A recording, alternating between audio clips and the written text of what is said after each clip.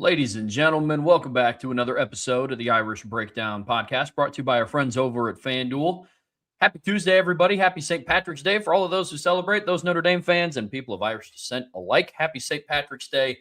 But here on St. Patrick's Day, we have another really fun show for you guys. We're previewing the safety room today. And in part one of today's show, we're talking about just kind of the outlook of the room. We're going to take a deep dive into just how the safety position has been at Notre Dame over the last really 8 to 10 years. It's been a strength of the defense. And then in part two of today's show, we're diving into the roster and what makes up this really stout unit. And then in part three of today's show, we're talking about, now that we've previewed the cornerbacks and the safeties, we're talking about the best secondaries, top 10 secondaries in college football this season. So should be a really fun show today, Brian. Ready to dive into the safeties, man.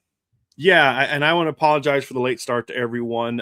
We were sitting here about 12:55, ready to go, and I got immediately got sick, and I had to run upstairs and deal with that. But I'm okay now and good to go and ready to rock and roll, Trev. And this is the final position preview. Obviously, Notre Dame kicks off spring practice on Friday. We'll have some spring previews the next couple days. We'll probably start Thursday's show a little bit late as well because Marcus Freeman will be having his pre-spring camp press conference that I'll be at. So, but lots of pre-spring preview questions, position battles, things kind of coming up the next couple days before practice. And then Friday, of course, Trevor and I will be on campus in Notre Dame watching the first full spring practice fall camp.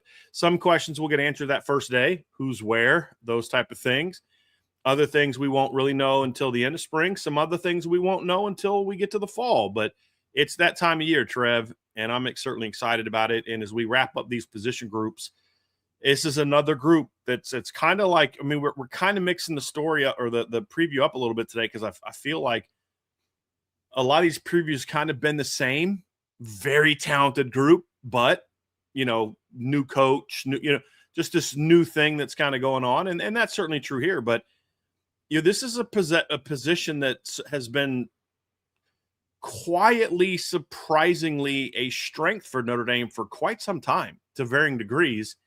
And we certainly expect that to be the case in 2016. It doesn't get talked a lot about. Notre Dame gets talked about putting a lot of tight ends in the NFL, a lot of offensive linemen in the NFL, recently linebackers. But even going back to, I mean, just like more recently in the last 15 years, you look at some of the guys that Notre Dame has produced, and this is a school that's done a pretty good job of producing volume from the tight safety position, but then also some really high level guys at the safety position. Yeah, it's actually been a relative strength for what Notre Dame has done this past season, or really over the course of, to your point, 15 years. And they've done a really good job of producing top-level talent at the safety position, and it's one that doesn't really get talked about a whole lot. Thinking back to the days of Harrison Smith and him coming out, he's going to be a future NFL Hall of Famer. You talk about, other guys along the way. The 15 safety room was very underrated. We talk all the time on the show about the what if Jamora Slaughter didn't get hurt in the 2012 season. Obviously the 2018 safety duo was great. The 19 safety rotation was very underrated. And then obviously we know what happened with Xavier Watts, and the rest has kind of been history. But this has been a relative strength for Notre Dame's defense over the last 10, 15 years. Yeah, I mean, I'm just going through the NFL draft now. In 2012, they had a first-round pick, Harrison Smith, and Robert Bland was a fifth-round pick at corner. He moved to safety. The next year, you've got Jamora Slaughter going in round 6, Zeke Mata going in round 7. The year after that, you had you had returning starters the next couple of years. And then, 2016, he goes undrafted, but becomes a starting NFL safety in Matthias Farley.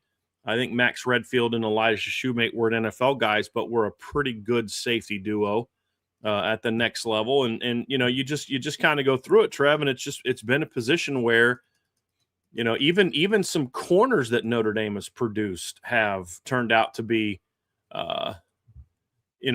pretty darn good players for in the NFL. And you look at like Julian Love, who's currently playing safety in the National Football League, and the success that he's had coming up, and just you look more recently, think of Kyle Hamilton, and his success. Alohi Gilman has just signed a big contract. I think $8-9 million a year with the Kansas City Chiefs. Him and Jalen Elliott in 2018 were an outstanding safety combo. Jalen Elliott hasn't really been able to stick in the NFL, but he's a really good football player. In 2019, you had those two players. Plus, you had Kyle Hamilton as part of that safety room in 2019.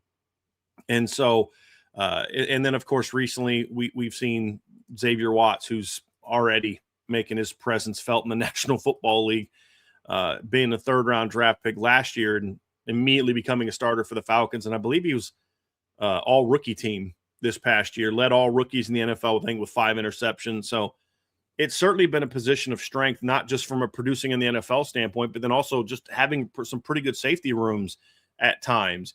What's different about, I think, the last 3 years compared to some other years is the quality of the duo.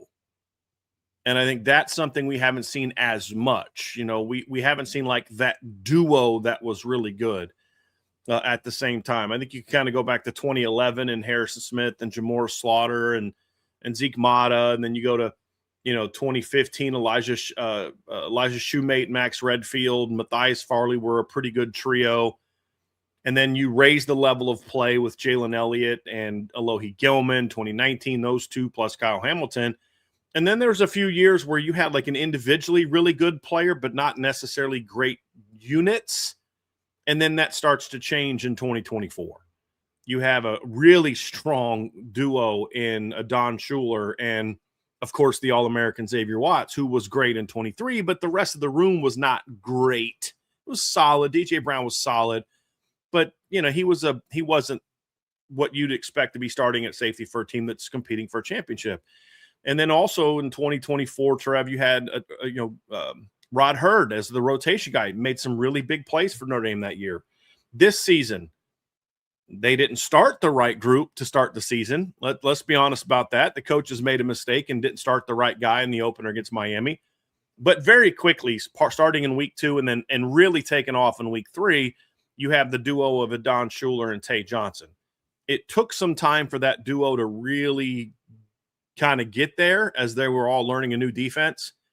But by week 4, 5, 6, they had hit their stride, and it was a really strong safety duo. And now you come back, and that group's back, and there's a lot of depth coming back and a lot of talent coming back. Somebody made a joke on the board, and we'll pull it up later. But they're like, is this Shrewsbury's like starting backcourt or something like that? Because there's a lot of length in that room. And there certainly is, Trev, but it's a very talented group at a position where if they can continue to do this, you're going to start to see Notre Dame emerge as a program that people start having serious conversations about, like, okay, does anybody do it better than Notre Dame at this position group? And that's going to be a big question. Now, will the guy that produced the last couple of star safeties, he's gone now. He's also in the NFL. And so now Aaron Henry gets his opportunity to kind of say, hey, Mike Mickens did a wonderful job. And from everything I've heard about Aaron Henry, he has embraced what he's inheriting and is like, okay, Mickens did a great job. Now my job is to now take it further, which is what a coach is supposed to do. Recognize the job the great guy did, the guy before he did a great job of. No need to try to pretend like he didn't. The players love him. Accept it, and then say, okay, but they were here. They were coming, but they were here. But my job now is to take it here. And he can say, hey, I've got some, hey, Driscoll, while you guys are talking about putting guys in the NFL, how about we go talk about the last few years and talk about, Devon Witherspoon and Kirby Joseph and, forgetting Brown's first name. It wasn't Sherrod. That's the Sidney Brown. Ohio. Sidney Brown. It's like, no, it wasn't Sherrod Brown. That guy's old and a senator. Sidney Brown, who was an NFL draft pick. So if you actually look at it, in the last few years, Trev, I believe that Illinois has had more safeties drafted in the last few years than Notre Dame. Notre Dame's done great at corner, but you look at safety and you could say, okay, Kerry Joseph, Sidney Brown. Sidney Brown was a 3rd-round draft pick. Kirby Joseph was a 3rd-round draft pick. He's done a pretty good job there as well. Now we got to see him take it to to that next level now that he's the talent is going to be even greater. When he had NFL talent at Illinois, they had an elite secondary. He's walking into a situation now at Notre Dame where he's going to inherit elite talent in the secondary in Aaron Henry. And then, of course, you also have a new safeties coach in Javon Codlin as well. So that's the new part. What we know is pretty good. What we don't know, I'm encouraged to find out. And that's just kind of the fun of college football. Year over year, there's things that you do know, and then there's things that are going to be new. And especially with this changing landscape of coaches and the coaching carousel being a little bit more active than what it has been in recent years, and then obviously with the transfer portal. I want to touch on something real quick that you brought up as well. Talk about how the safety duos have really came along in comparison to some other years. We're going to talk about this a lot more in part two, but recently, really starting in 24 and then on, the depth at the safety position has also improved significantly over what it's been over the last 10 to 15 years. So that safety position, really dating back to Harrison Smith, has been, and you could even debate, I'm not putting their names up amongst some of the others, but Kyle McCarthy was a productive player for Notre Dame when he was here. And then before him, it was Tom Zbikowski. So it's always been a relative position of strength, but the depth behind them has not been what it has been in the recent years as well. Right. And when there was an injury, you'd see issues. And I've said this before, but had he not been injured, I still think that Kyle McCarthy's younger brother, Dan, would have been a stud at Notre Dame as well. Yeah. The problem, yes, you are correct. A lot of it was depth. And then the other issue is a lot of times they'd have really good safeties, but those safeties would be both kind of good at the same thing. You know, when you think of the 05-06 safety duo, you talked about Tom Zbikowski. Well, you know, let's not forget about Chinedum Ndukwe. You know, a little before your time, but in 02, they had a great safety duo in Glenn Earl and Jerome Sapp. That was one that complemented each other very well. The 05, you know, Jerome was kind of more of like a downhill guy. Glenn was more of a tall, rangy type of player. The issue I had with Chinedum and Tommy was they were both kind of their strengths were similar. They were both kind of downhill, make a lot of plays. I think didn't Chinny have like 20-some tackles in the game against like Navy or Air Force one year? And, you know, like you said, they've had some good duos. There's been no doubt about that. You can't take away that from what they've done. Kyle McCarthy, you know, you mentioned Kyle McCarthy. Him and David Bruton in 08 were a pretty good duo. Kyle McCarthy that year, Trev, had 110 tackles. Now, listen, I'm someone who believes it is not ideal for your safeties to have back-to-back years of 100-plus tackles. Usually those guys are making plays a lot further down the field, but he still made those plays in that back-to-back 100 tackle season. So it's been good. What's exciting about this group, Trev, is this group has a chance to be as good as the best of those groups. You look at the last 25 plus years, the Jerome Sapp and Glenn Earl duo in 02. You look at, like you mentioned, the Zbikowski and Chinedum Ndukwe. You think of Kyle McCarthy and David Bruton in 08. You think of, you know, Harrison Smith, Jamor Slaughter, Zeke Mata as kind of a trio in 2011. You think of Zeke and Matthias Farley in 2012, and you think of what that safety room would have looked like had Jamoris not got hurt against Michigan that year. And you just go through these groups, and they've had some really good groups. So when you say that this group has a chance to be the best, they're not there yet. They have to prove they can be better than the 24 duo. I mean, they're not even there yet.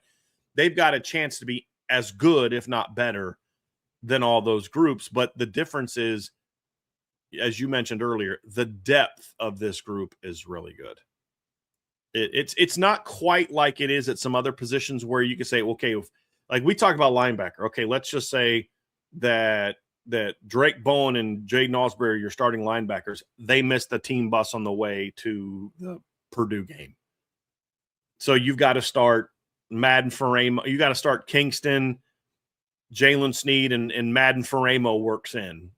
Oh, how will you ever survive? You know, like I do think there's a little bit of a drop off. Maybe you could say the top three because there's so much youth, but the talent amongst the younger players is what impresses you. They just have to come along, and that's something that you like. But you're talking about a room where 6'4" Luke Talmadge is not the tallest guy in the room. where 6'2" Tay Johnson is not in the top 3 amongst height in that group. So yeah, it's a very talented group. It's got a chance to be a big time group of dudes. They do, man. They have everything that you want in a safety group. They complement each other well. To your point about Tom Zbikowski and Chinadum and Dukeway, they don't have the same skill set. You have a diversity of skill set, which again increases your margin for error as a position group as well, which is something that's been huge and great. That we have a lot of similarities in a lot of the position previews that we have. That's one that I'm happy that we can continue to reiterate about the margin for error and the depth of talent.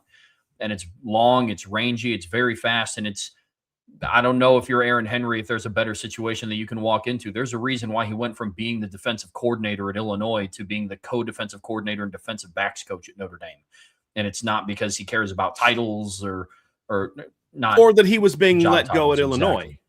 Right? Exactly. It wasn't that either. It was a unique opportunity to be part of something where you're going to go win a championship. And he's a man of faith. I don't believe he's Catholic. I'm not Catholic, but he is coming to a place where I think his personality will fit really well. That's the first thing I asked. I reached out to a couple sources, Trev, and Mike Mickens has a very unique personality. Coach Mick is very old school when it comes to teaching. He's someone who wants to get out on the field and teach it. He's not a screamer. He's not a cusser. He's not an MFer. He's not trying to embarrass. I mean, he is a soft-spoken-ish teacher, developer, and there was a great deal of trust in him when he said, "Hey, this is what we're going to do." Players listened. It can be very hard replacing a guy like that, and Aaron Henry's going to have to do that. So I reached out to some people, and I wanted to be like, okay, how is this guy? You know what I mean? Is he going to, what's his personality like? I don't know Aaron Henry. I don't know anything about Aaron Henry at the time. I just know the paper resume. So I reach out to some people in the profession and some people that have been around the Illinois program. And I'm like, talk to me about this guy. And the first thing that I was told is, this is a guy that the players are going to love. I'm like, okay, well, what's that mean? Like, does that mean like he's like walking in and dapping everybody up and like, hey, we're boys, come over to my house tonight. We're going to play NCAA for 7 hours. You know what I mean? Like, here's some brewskis. Like, the players coach can be a bad thing. And then if it's used correctly, it can be a good thing. And he's like, no. They're like, he's actually a lot like Mickens in that he's not a screamer and a cusser. He's a teacher. He's a developer. I was told that he was actually not going to get into coaching initially. He was working like off the field with like some different development things. And then they had asked him to kind of talk to some of the DBs and it just clicked and they just responded to him. And that's what kind of got him into thinking like, hey, coaching is the route I want to go. That was not his initial. He didn't come out of, finishing up his career at Wisconsin like, all right, time to go coach football. Because I was told he genuinely cares about, okay, yes, I want you to be great on the field, but I also value what I'm helping you become off the field, which is perfect because that's right up the Mike Mickens alley. And I'm not going to try to compare him to Mike Mickens. What I'm saying is the transition from one coaching style to another that's very different can be difficult for players. And it can be difficult to gain trust initially when a guy's coming in and acting very different from the guy that you had played for, that you had committed for, that you said you wanted to go be part of. You were used to that coaching style. The way that you learned was something that he understood, and he, you got to know him, he got to know you. That style worked for you. Then another guy comes in, rah, rah, rah, loud, loud, loud, cuss, cuss, cuss. And it's like, what the heck is going on? Like, it can be a shock to a player, Trev. So when you bring in a coach who's got a very similar personality, my point is not that, oh, you're the next Mike Mickens. No, he's Aaron Henry. But I think that his personality, the things he values, the way he teaches, from what I'm told, is going to make for a really smooth transition for the players. That's important when you've got a new position coach. And then the guy that's going to help him in the room, Javon Coughlin, is someone that they know already. That clearly Marcus Freeman and the people at Notre Dame felt comfortable enough about bringing him back to Notre Dame once Mike Mickens left, and there was a desire to have somebody else help out in the safety. So there's already a familiar voice there. And then the new face, the new voice is going to be a similar one from a personality standpoint. Someone that, hey, I'm going to demand a lot of you. And that's the thing, is like, it's not like it's okay that you blew that coverage. I still love you. Let's hug it out. That's not what it is. It's just not going to be like, you dumb man. It's going to be, come on, man. Like, and then it's teaching.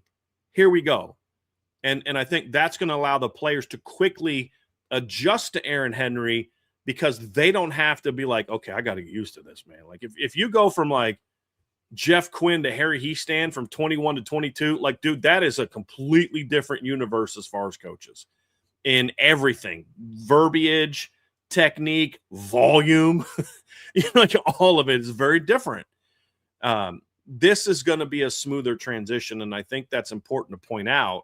I think it's going to be a smoother transition, and someone that with his resume, I think, is going to command trust on his resume. Oh, shoot, you coached Devon Witherspoon. You've put this many guys in the NFL the last few years. Oh, okay.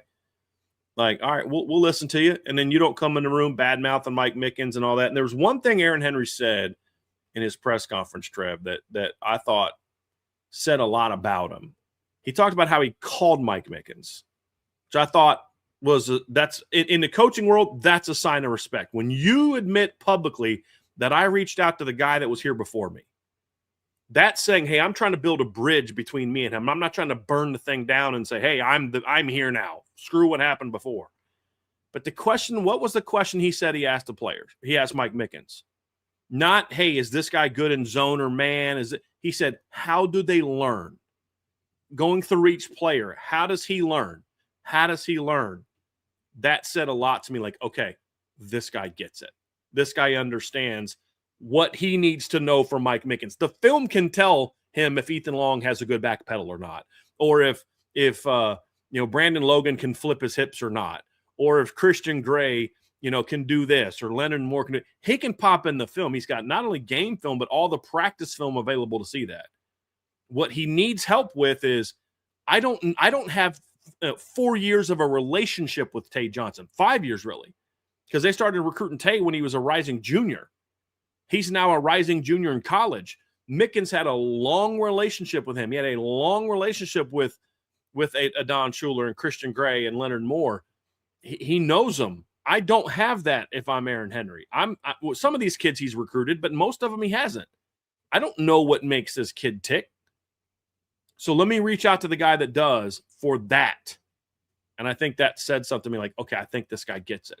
I do. We'll see. He's got to prove it. But I think it gets it, and that made me feel a little bit more comfortable with this transition.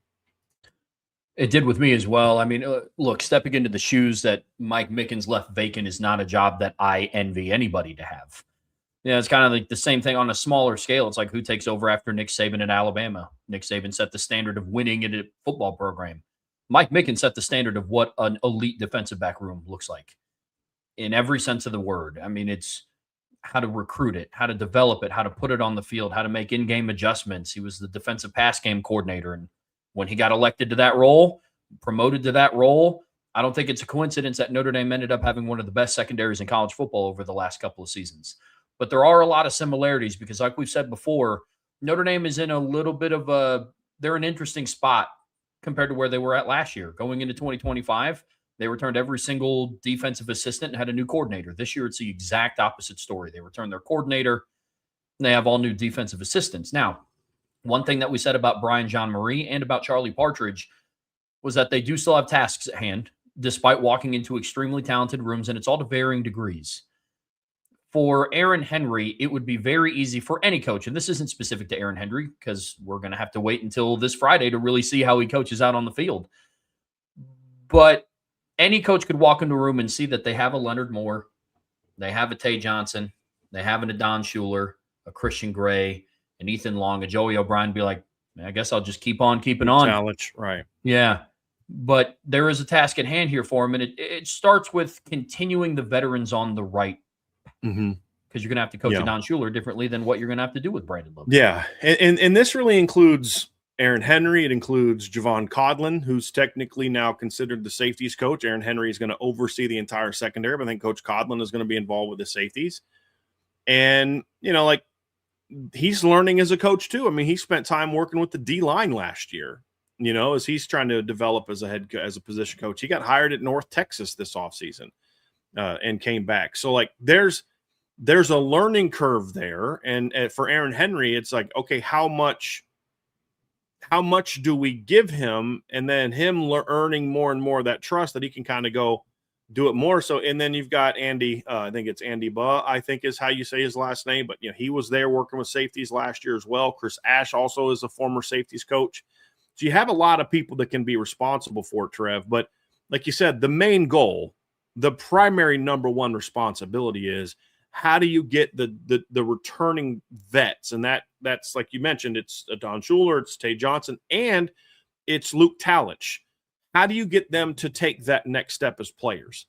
And we'll kind of dive into each player specifically as far as like what we think Tay needs to do and what Adon needs to do in the next part of the show. But that's going to be the key is Aaron Henry and Javon Codlin and Chris Ash and this entire staff need to be able to say, okay, how do you identify the areas where those guys have to improve their game?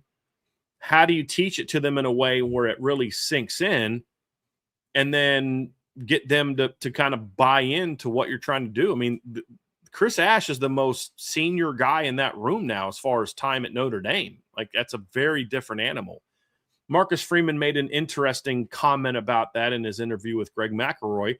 Not sure how much I buy it or not. I mean, it depends on the situation, where his point was it's going to be easier for 3 new assistants to get on board with the coordinator than it was for a coordinator to get on board with 3 different assistant coaches.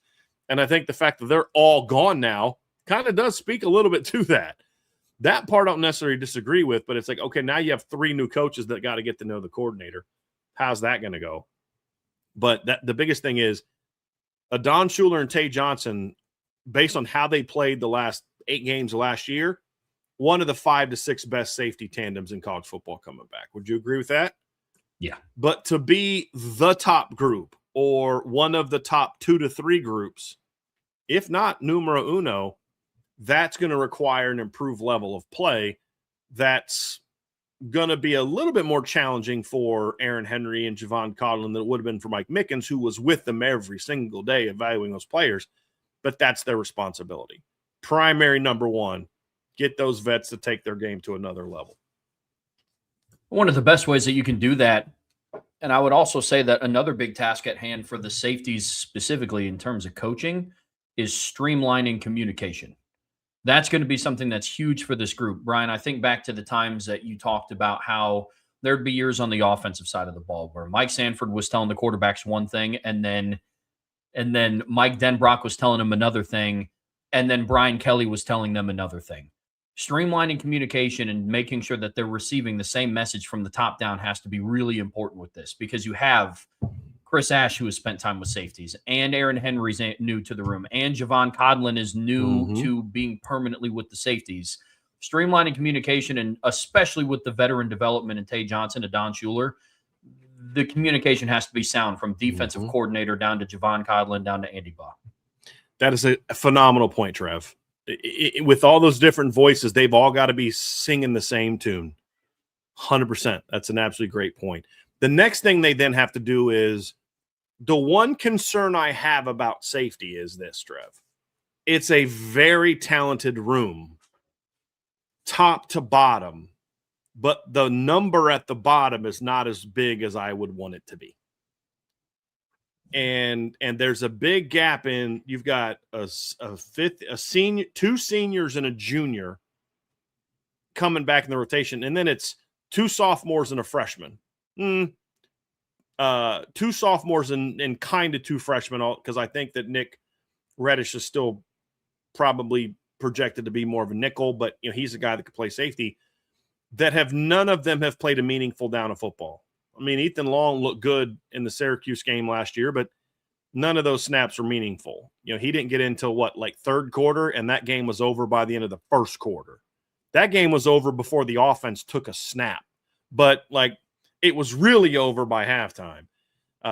But that's going to be a very important point too, Travis. You've got a lot of talented young players that you're going to need to count on for depth in a lot of different ways. Ethan Long, you think of Brandon Logan, you think of Joey O'Brien, Nick Reddish. Obviously, we need to add Brandon Logan into that sheet that I gave you because I completely forgot to put him on. I was too busy thinking about him hitting dingers on the baseball field. But you saw he had a grand slam. I think it was last week, maybe the week before. But anyway, so those are things that you look for. And it's developing those young players is going to be key. Even if your veterans stay healthy, you're going to need those young guys throughout a 15, 16-game season. Absolutely. And you're going to need them for potentially the immediate future.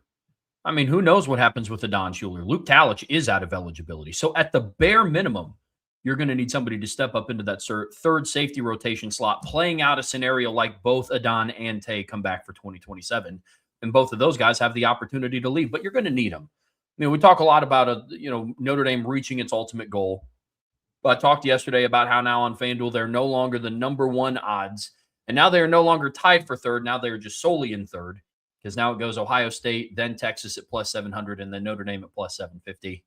Another conversation for another day, perhaps. But the safety position, by and large, and this is the last thing I'll say before we move on and start diving into the roster. But the safety position is a very underrated part of a championship winning team. I know at the next level in the NFL, the safety position continues to be devalued. I don't think that's the case for college. I really don't. You go back through and look at the previous national championship winners. IU had Amari Farrell. Ohio State had Caleb Downs in 2024. In 22, Georgia had Malachi Starks. In 20, Alabama had Jordan Battle. In 19, LSU had Grant Delpit. All guys that have gone on to have good NFL careers to varying degrees. Even the runner-up in 24 had Xavier Watts. So the safety position is one that has to continue to be developed. And a lot of people talk about lockdown corner and stud defensive end and, leader and captain at middle linebacker. And while all those are true, having that just insurance policy on the back end of your defense is going to pay major dividends down the stretch, especially once they get to the postseason. No question. And it's going to be key. I think the safety room we saw last year, when it plays well, this defense is nasty. When it doesn't, this defense struggles. It's a very important position, which is interesting because it's so devalued from like an NFL draft standpoint. It's gotten very devalued in NFL contract standpoint. Players that are elite safeties don't usually get ranked as high as maybe some other positions do as frequently. They don't get talked about as much. Like Tay Johnson is not going to get as much buzz as like Leonard Moore did last year, and that kind of thing going into last year. Even though you look at PFF, I think he was like number 1 or 2 return highest graded, safety. And I'm not saying that I put a lot of stock in that, but I'm making the point is like when Leonard Moore did that as a freshman, he got a ton of pub. Tay Johnson's not. And you're like, well, why is that? Because he plays safety. And you think about how good Caleb Downs is. I would argue even he didn't get enough buzz last year for how good he was. People wanted to talk about Arvell Reese and Jeremiah Smith and Julian Zane. And I'm like, dude, their best football player might be Caleb Downs. And so it's just the nature of the position, but it is vitally important. And that's what makes it so odd that it's in today's era of spreading the field. I actually think the safety position is even more important than it used to be because of the all-around nature. You need them to defend the run, play zone, play man, rob different alleys. They got to cover this. They got to do that. And we saw last year in the first couple games what happens when the safeties are unsure of what they're doing. Adon Schuler does not get that throw against Miami for a touchdown. If that happens in week 5 or all of 2024, Adon Schuler's picking that pass off. But just the uncertainty we saw from that entire group, the entire Miami game, and then the A&M game, the same thing. Jalen Stroman, who was a all-ACC caliber safety at Virginia Tech, looking like he didn't know how to play a ball in the air against Texas Tech or Texas A&M. In week 5, that's a pick. Now, I'm not making excuse. And I'm not like, oh, so if they'd have played him in week 5, they'd have won. I'm not saying that because that's a BS excuse. I'm making the point that when that room's not confident in what they're doing and they're not aggressively doing their job, that's the result. When they're doing their job This is the result. And it's going to be up to the coaches and the players as well to make sure that they look like they did in the final 7-8 games than what they did the first 3. When they look like a group of guys that weren't certain of themselves, weren't certain of what they were being asked to do, weren't comfortable with what they were being asked to do. As the season wore on and they were allowed to be more aggressive, they got way more productive. And that's going to be the expectations for 2026 from start to finish. Folks, that's going to do it for part 1 of today's show. Don't go anywhere. We're getting ready to talk about the individual pieces that make up this awesome safety room. But before we get there, be sure to hit that like, hit that subscribe, hit that notification bell. And be sure to share this podcast with your friends and family, anybody that you know loves Notre Dame and college football as much as you do. But as you guys know, spring practice starts later this week. And the best way to stay in tune with everything happening Notre Dame football and the best way to support what we do here is subscribe to the premium message boards at boards.irishbreakdown.com. All right, Brian, in part 2 of today's show here on the Irish Breakdown podcast, brought to you by our friends over at FanDuel, we're continuing our talk with the Notre Dame safety room. In part 1, we just talked about, what's at stake. We compared them to previous safety duos and safety rooms. We talked about the new personnel and the coaching staff in the room. Now we're going to dive into each individual player in this room and talk through just kind of what's at stake for each player, the outlook on their season. But before we talk individuals, Brian, when you look at this unit on paper, this is a talented group, man. It really is. There's no excuse for Notre Dame not to have an elite secondary in 2026, and that's certainly true at safety. I would argue that I have more question marks about the cornerback room than I do the safety room, simply because we don't know where Christian Gray is going to play the most. Let's say he starts here on the first day of practice. That doesn't mean he's going to be there the last day of practice. All that, how's DJ McKinney going to be? We're not going to get to even see him this spring. We won't see him till the summer. Safety, it's like, okay, your 2 starters are back. One of your top reserves is back. A guy that you thought so highly of that you gave him more money and basically told Jadon Blair to take a hike is coming back. And arguably your top recruit in the 2026 recruiting class is at this position. Like, I'm sorry. If this room isn't elite, then I have to question the people leading this room. I don't, and that's why my expectations are so high. You know what I mean? Like, I have faith that Aaron Henry can develop a big-time DB room. Why? Because I've seen him do it. And with all due respect to Kirby Joseph and Sidney Brown, I don't think they have even the talent that this current group does, which is saying a lot because those were a pair of 3rd-round draft picks. So I'm excited to see what this group can do, Trev, because it's long, it's athletic. There's a very high football IQ in this group. And I don't think anybody in this room has reached their full potential. And that includes the 2 seniors, Adon Schuler and Luke Talich. I think all of them have a chance to be even better than they were last year. Now, obviously, the younger you are, usually the more room there is for you to improve. I think there's more room for Tay Johnson and Ethan Long and Brandon Logan to improve and Joey O'Brien to improve than there is for Adon Schuler and Luke Talich, but all of them have room for improvement. Just like Adon had more room for improvement going into his sophomore year than he did as a freshman, or that he is now, I should say. And so that's going to be the question mark for me. So I'm excited to see what this group is going to look like. And I'm also excited because if this group is as good as we think it's going to be, it's going to make the offense better. If CJ Carr is able to complete passes on this secondary in practice, there's not going to be a secondary he's going to face in the regular season that's going to be better than this one. We can debate. So there's one secondary that Notre Dame faces this year that's in my top 10. You have 2. And the one that I don't have that you have is close. And then there's a 3rd that you have in there as one of sort of the next in line group. So, like, there's going to be good secondaries, and I'm not even trying to debate, like, who's better, Notre Dame or Miami. It's irrelevant. What I think you can say is there's not going to be anybody better than this group that he's going to face all spring and all fall camp. And so if these guys are playing well, then CJ Carr is going to, and the receivers and tight ends are going to be challenged in a way where it's like you've got to raise your level of play. A lot of times we talk about iron sharpens iron. You hear that expressions all the time. And they're like, hey, look at all these receivers, man. Iron sharpens iron. You got to push each other. Well, I've always been a big fan of as when I'm part of teams where our defense is really good. I love that because we know we're going to have to get tested. So the things that I'm trying to get my guys to buy into, if you're not buying into it, we won't have to wait till Saturday to find out that your way's not as good as my way. We're going to find out on Tuesday. Okay, yeah, you did what you wanted to do, not what I asked you to do, and that's why you can't get off the line of scrimmage. So maybe tomorrow you try it my way. That's why you guys, we couldn't complete 50% of our passes in 7-on-7 because y'all wanted to do it your way. Like you guys didn't want to listen to what we're saying.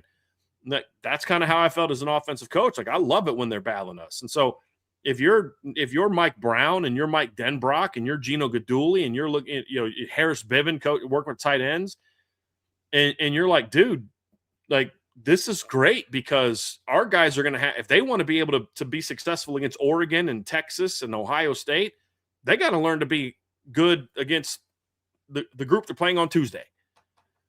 And that's a great place to be. So just in so many different ways, the talent of this group has me excited for what they can do, but then how they can, I think they're elevators. I think they make people around them better. You can do things with your linebackers because you have a Don Schuler and Tay Johnson able to roll down into the alley to protect and then also play over the top to protect. There's things you can do as a corner knowing that Tay's got your back over top. There, or Luke Talich is robbing down underneath. Having guys like that can make your entire group better.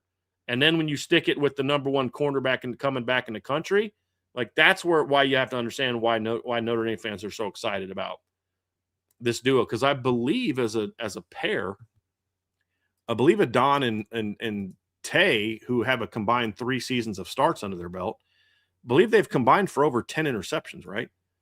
Adon had 2 last year. Tay had 4, so that gave him 6. And then I thought Adon only had 3 the year before as the starters. But then you throw in the 4 from Luke Talich, and your top 3 safeties have 12 interceptions the last 2 years. That's pretty good. That's pretty good. So it just makes everybody better.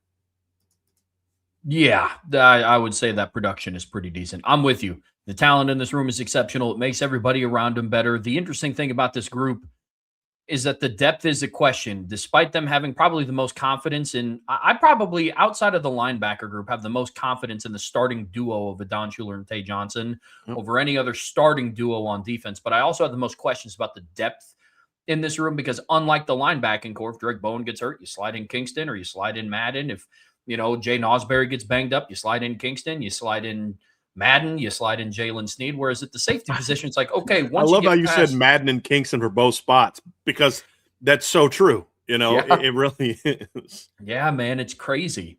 Even at defensive end, you have some of the highest recruited defensive ends in the class, but at the safety position, it's a little bit more of a stretch, but it's still nonetheless an extremely talented room. And Brian, when we're talking about this group, I think we have to start at the top with Adon Schuler, somebody who's going to be a certified captain walking in the door on day one. Yeah, I mean, he had the C on his chest at the end of the season, and I would imagine he'll have a C on his chest this season. I don't see any reason why he wouldn't. He was a kid that we predicted could be an early captain. He was an early captain. It's not a surprise. Him and Drake Bowen are cut from a very similar cloth. You get to know their parents. You get to know Adon Schuler's mom and dad. You're like, oh, okay, yeah, I get why Adon Schuler's serious about things. I get why Adon Schuler. I mean, this is a kid that, he went to a lot of kids that Notre Dame gets out of Jersey are from like the Catholic school leagues. It's Don Bosco, Bergen Catholic, St. Joseph. There's 2 St. Josephs in New Jersey. And they've gotten kids from both of them. And he doesn't come from a Catholic school. He comes from a public school. You don't see Notre Dame going to Jersey and get public school kids very often. Well, what makes him different? He's a National Honor Society kid. He's a young man. I mean, some of the stories we were told about him in high school are like, okay, that kid's serious. Like that kid is serious about being successful in life. Forget football, just in life. And then as soon as he shows up, you hear about the work ethic. And of course he's got talent, but earns a starting job as a redshirt freshman, plays great, makes an impact in the opener. Remember, he has a first half interception against Texas A&M, and he's been kind of that guy ever since. I think the only time we really saw like Adon struggle was the first few games of last year. He did not look comfortable with what they were asking him to do. And I still don't know that Chris Ash fully understands how to properly use a Don Schuler. That's my only concern, is do they really understand how to properly use him? I saw more evidence of that as the season went on, but there's another level to get there with him. But I think Adon cleaned up some parts of his game last year, and there's some other parts that still need work, Trev. But the reality is you're working with a young man who's tough, who's physical, who's athletic, and who's got a great football mind, knows where to be, knows how to play the angles. And what does that mean? Like, obviously undercutting throws, but like even when you see a guy pick off a pass that sails over the quarterback's or over a receiver's head, well, the safety's got to be in proper phase over top to be there. If he's a couple steps in behind or a couple steps in front, that pick may not get made. Adon just has a great is developing a great understanding of just kind of where to be. Now it's just about cleaning some things up. It's about just having that willingness to kind of take that final step to go make a play in the pass game. And I think that's really what it comes down to. I think Adon cleaned up his tackling a little bit last year. That's another area he's going to have to continue to improve. We talked about this recently. He had 12 missed tackles last year. I think it was second on the defense. Averages 1 a game. 5 of those came in the first 2 games. So in the last 10 games, he only had 7. And he only had 1 game after that where he had more than 1. That was against Arkansas. So 7 in the first 4 games. In the last 8 games, he only has 5. So like it cleaned up, obviously, but I still think there's another level for him to get to. But I just feel like Adon sometimes he's so like intellectual that there's times when it's like, dude, just keep going. You knew what to do, just keep going and make that play. Because when he just goes and plays under control, you get plays like he made with some of the interceptions, but then you get plays like he made against Georgia where he has that great blitz, puts his helmet into, was it the freshman or was it ETN that he did that? Was it Frazier or ETN? Do you remember who that was? I want to say ETN.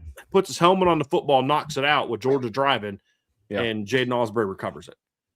Like he's a big-time clutch playmaker. Knows how to bait quarterbacks really effectively. That's what we didn't see them use him to do a lot last year. And that's an area where I think they can use him better. So Adon's a really good football player. So like somebody said he should have gone for the hit against Miami. And my thing is I think he should have played the ball. Either way, whatever he did, he should have been decisive with it. But he wasn't decisive. That's not the Adon we saw in 2024. It's not the Adon we saw later in the year, because I think that's further evidence that they did make a pretty big transition. But now he's going into year 2 of this defense, and that should help him a ton. Yeah, with Adon, I have no questions around his big playmaking ability. He had the first interception of the year in 2024 against A&M on the road, had a big pick 6 against Georgia Tech, which sealed the game. And then obviously we remember what he did this year, the big hit against Georgia in the Sugar Bowl. So he has a long track record of making plays in the big moments. With Adon, it's just cleaning up the little things. Clean up the missed tackles. You've led the team in back-to-back years in missed tackles. That's something that has to get cleaned up. Started to progress to your point throughout the year, but now going into year 3 and year 2 of this defensive system, I think that happens. That's just the next step in his evolution. I mean, I talked before about how I could see one of the safeties potentially leading the team in tackles. Will it be Drake Bowen? Most likely. But would it surprise me if it was Adon Schuler? Not necessarily. That wouldn't surprise me too much. I mean, you look at who they start their season out against. They play Wisconsin, a team that I've been pretty high on. Right now on FanDuel, Notre Dame is projected to win that game by like 16.5 points, I think the line is. I've talked a lot about their run game. Adon Schuler might have 8 total solo tackles by the end of that game with a mobile quarterback in Colton Joseph and a pair of running backs in Brian Jackson and Abu Sama the third, I think. But as long as that tackling gets cleaned up, that's going to be the next step in his evolution. The next safety that we're talking about here, Brian, is Tay Johnson, somebody who came onto the scene in 2025, didn't see enough of him against Miami, had over 50 snaps against Texas A&M, held on to the starting position, never let go of it until he got hurt towards the tail end of the year, and then ended up on the FWAA True Freshman All-American, or the Freshman All-American team. Big season for Tay in 26. let's just be real. He should have played more against Miami. It was ridiculous not playing more against Miami. I mean, we saw first practice of the season, he picked CJ Carr off twice. And CJ saw him both times. He just thought, I get the ball over top of him here on this deep shot. Nope. Tay was I think it was Micah Gilbert had got over top of the corner. Tay was coming backside. CJ thought, I can get over top of the safety. Tay catches up to Micah Gilbert, jumps up and catches the football. The other time, Tay is between CJ and a deeper defender, and we've seen CJ make this layered throw over top of guys all the time. We've seen him do it in games. We've seen him do it in practice. Saw him do it in a blue gold game. He tries to do that to Tay, and Tay just kind of like go gadget arms with my high 30-inch vertical jump and just picks it out of the air. And CJ's like, well, I guess I can't do that anymore. And he should have done. I mean, and we saw him do that. So it's like, oh, he eventually got good. Well, we saw him do that the first practice we were at, and he played more against Texas A&M, and then, of course, steps into the starting lineup against Purdue. And he looked like a first-year starter a lot of chunks last year. Tay is not in position all the time. There's a few times where, a linebacker gets blamed for giving up a vertical route where I'm like, I think that should have probably been number 9 squeezing down on that one. There was a play against USC where I thought he was late reacting to a deep over route that went for a big play, and people see a corner 5 yards behind and they're thinking, what's that guy doing? Well, he's thinking that he's thinking in there bracketing that safety or that receiver, and the safety's supposed to come down and beat him to it, and he didn't do it. So there's a lot of that kind of stuff that Tay needs to clean up. But even with those rookie mistakes, Tay made a ton of plays. He had 2 missed tackles all year. That's it, 2. It was second on the team in interceptions with 4. Wasn't targeted a lot. Should have had he almost had one against Arkansas. Almost had another one against Pitt. He would have had 2 pick sixes against Pitt if it wasn't for Drake Bowen, which we joke about. Drake did what he's supposed to do. He's chasing the quarterback in the end zone. He throws it. Drake bats it down. But if Drake doesn't bat it down, Tay's right there to pick it off and run it back to the house. I mean, that would have been his second pick six. He's a big-time playmaker. He's got to be more assignment correct, which, again, that's part of being a redshirt freshman first-year starter. You work through those mistakes. He's going to have a lot more film. I've heard a ton about him off the field as far as his work ethic. I've heard a ton of great things about that. We saw him last year. I mean, I saw him at Irish Invasion when he was a rising junior, Trev, and he was about this big around. Like that, like he was skinny. And then you and I saw him at Irish Invasion last year. He was helping out, and you're like, dude, he's filled out. Like you can tell he's putting in the work. You don't get like that just doing 25 push-ups a day. You know what I'm saying? Or you're born that way. He had really filled out, put in the work. He'll hit you. He's a surprisingly sound tackler for a young player. He's just got to clean up knowing where to be, when to be there more consistently. The crazy thing to think about, though, Trev, is, okay, yeah, he needs to be more consistently where he needs to be. Imagine what his numbers are going to look like if he starts to look more like a seasoned vet when it comes to an assignment standpoint. What's his game going to look like then? When you consider he had four interceptions, and I know PFF had him for 3 pass breakups. Let me look and see. I've got the safety depth chart there yesterday. I don't know how many like official ones he had. So let me go here real quick. So safety preview. Where's my safety preview? There it is. Okay. So so Tay had 3. Okay, so they had him as 3 pass breakups as well. So he has 7 passes defense last year.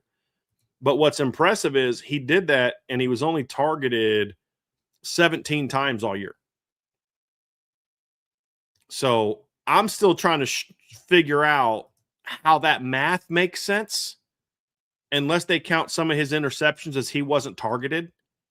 But, like, how can you have 7 pass breakups, according to PFF, 7 passes defense, but only 5 incompletions forced all year?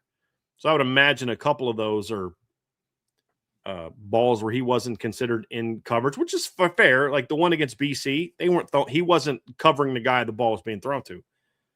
But still, only targeted 17 times all year, and he makes 7 passes defense, 4 picks and 3 interceptions, or 4 picks and 3 breakups. It's a very active player. Both of them are. Now it's about figuring out how to use them together, how to use them properly, how interchangeable do you want to be? There's a lot of different things to look at in this regard, but the reality is if Tay shows growth and Adon just lets it rip a little bit more, I just think he was thinking a little too much because he's a very smart kid. And sometimes with smart kids, their intelligence can be something that they've got to rein in a little bit. Like, okay, I know you just thought through 37 different scenarios, but listen, on film, they only showed us 5. I need you to be prepared for those 5. You know what I mean? And just go play ball. If these two kids can kind of just take that step this season, this will be the best safety duo in college football, in my opinion. It's not just your opinion. I'm with you. It's my opinion as well. And I think that this duo has a chance to be absolutely electric. Let's talk about the next guy in the safety room. And I think he's one of the more underrated athletes on the entire team. Forget just the safety room. Luke Talich is a quality athlete.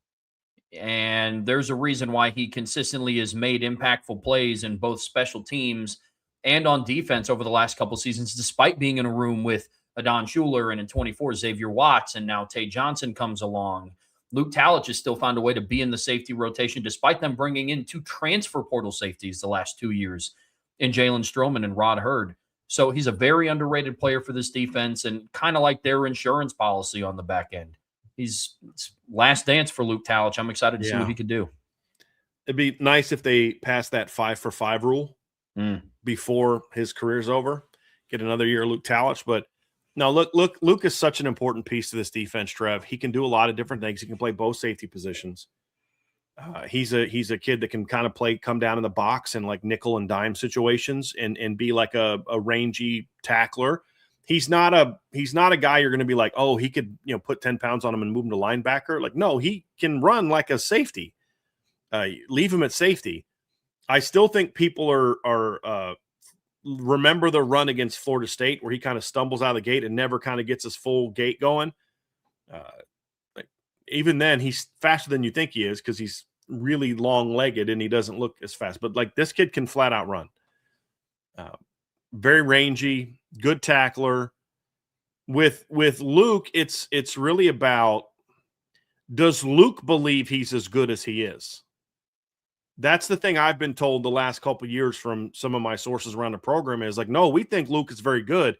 We don't always think Luke thinks he's very good. Like, I mean, he would probably say it, but like he's so afraid to make a mistake sometimes. That was the case in the past. And that's what I liked about this year is late in the year, we started to see Luke kind of play with a little bit more of an edge, like, hey man, go make that play, because they want from, again, we'll see what it's like now because this is a different staff, but it was more about we need him to believe that he's as good as we think he is and just let loose and go play. Don't be so afraid to make a mistake. Just make your decision and go. And when he does that, he's a pretty good football player. And you talk about being an insurance policy, he'll step into the snaps that I think Jalen Stroman had last year. And I would argue possibly be an improvement over that. And if you have somebody go now with an injury, he steps into the starting lineup and he can play just fine. I do think that him and Adon are more similar in style of play than him and Tay, which if Tay's the one that gets hurt, it's like, okay, now I have some concerns about the complementary nature of the safety duo, but that's still 2 good football players. And of course, as we've mentioned before with Tay, we don't need to continue to repeat it over and over and over again, but the only question I have about Tay is really, can he stay healthy? And hopefully he can. And now you've got a great 3-man duo. And I think they'll have a chance to make a lot of plays together this year. But having a guy like Luke Talich is important, Trev, because not only does he give you depth in case somebody goes down, but he's the kind of guy that you don't have a problem putting him on the field as part of the rotation against anybody because hey, we still have a playmaker there. We have a kid that can still do the things that Adon can do a lot of the things that Tay can do. It's not like when he's in the game, you got to call a whole bunch of different coverages because he's super limited athletically. It's not like you've got, I don't even want to say a name. I was about to say something disrespectful about a kid that tried his best back in 2016, but you don't have to like, okay, we just got to get by this next series and hope that Luke doesn't get us beat.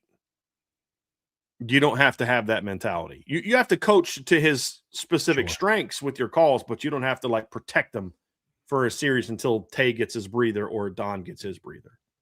The thing that I love about Luke Talich is he's kind of like that utility knife of the safety room. We talk a lot about the diverse skill sets in the room, and Tay has attributes that both Adon and Tay bring to the table. I mean, Luke Talich has the length and the range similar to what Tay Johnson has, but he also has the hitting power of what Adon Schuler can bring to the table. I think back to last year's spring game, Luke Talich sticking his nose in there and not being afraid of contact. I think back to a goal line play or a fourth down play against Boston College where he dropped back into coverage.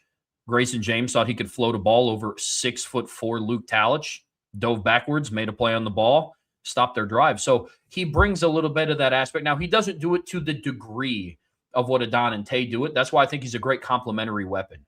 But I have no questions about his hit power. I know Zion Tracy at Penn State doesn't have any questions about his hit power. So there's a lot of things that he brings to the table that I think are going to be great for this defense. And it's one that it doesn't have to be, okay, because of your skill set, you can only spell Tay Johnson. Hey, because of your skill set, you can only spell Adon Schuler. He kind of works for both. The other value he brings, you just mentioned, Trev, he's a great special teams player. And so you may say, let's say he only gets 300 snaps at safety this year. He's going to play 500 snaps of football. And I'm talking regular season, not the entire season. And I think he'll get more than 300. But you get the point that I'm making. He's going to play 500 snaps because he's going to be on every special teams. Let's talk about Ethan Long, Trev. This was a player that I had my eye on and I mentioned as a potential breakout this season. Over the last couple of years, Notre Dame has played a four-man safety rotation because of some of the transfers they brought in and the emergence of some other players. You know, in 2024, you had Adon Schuler and Xavier Watts starting. You had Rod Hurd rotated, and that was the main trio, but Luke Talich still got in depending on the moment.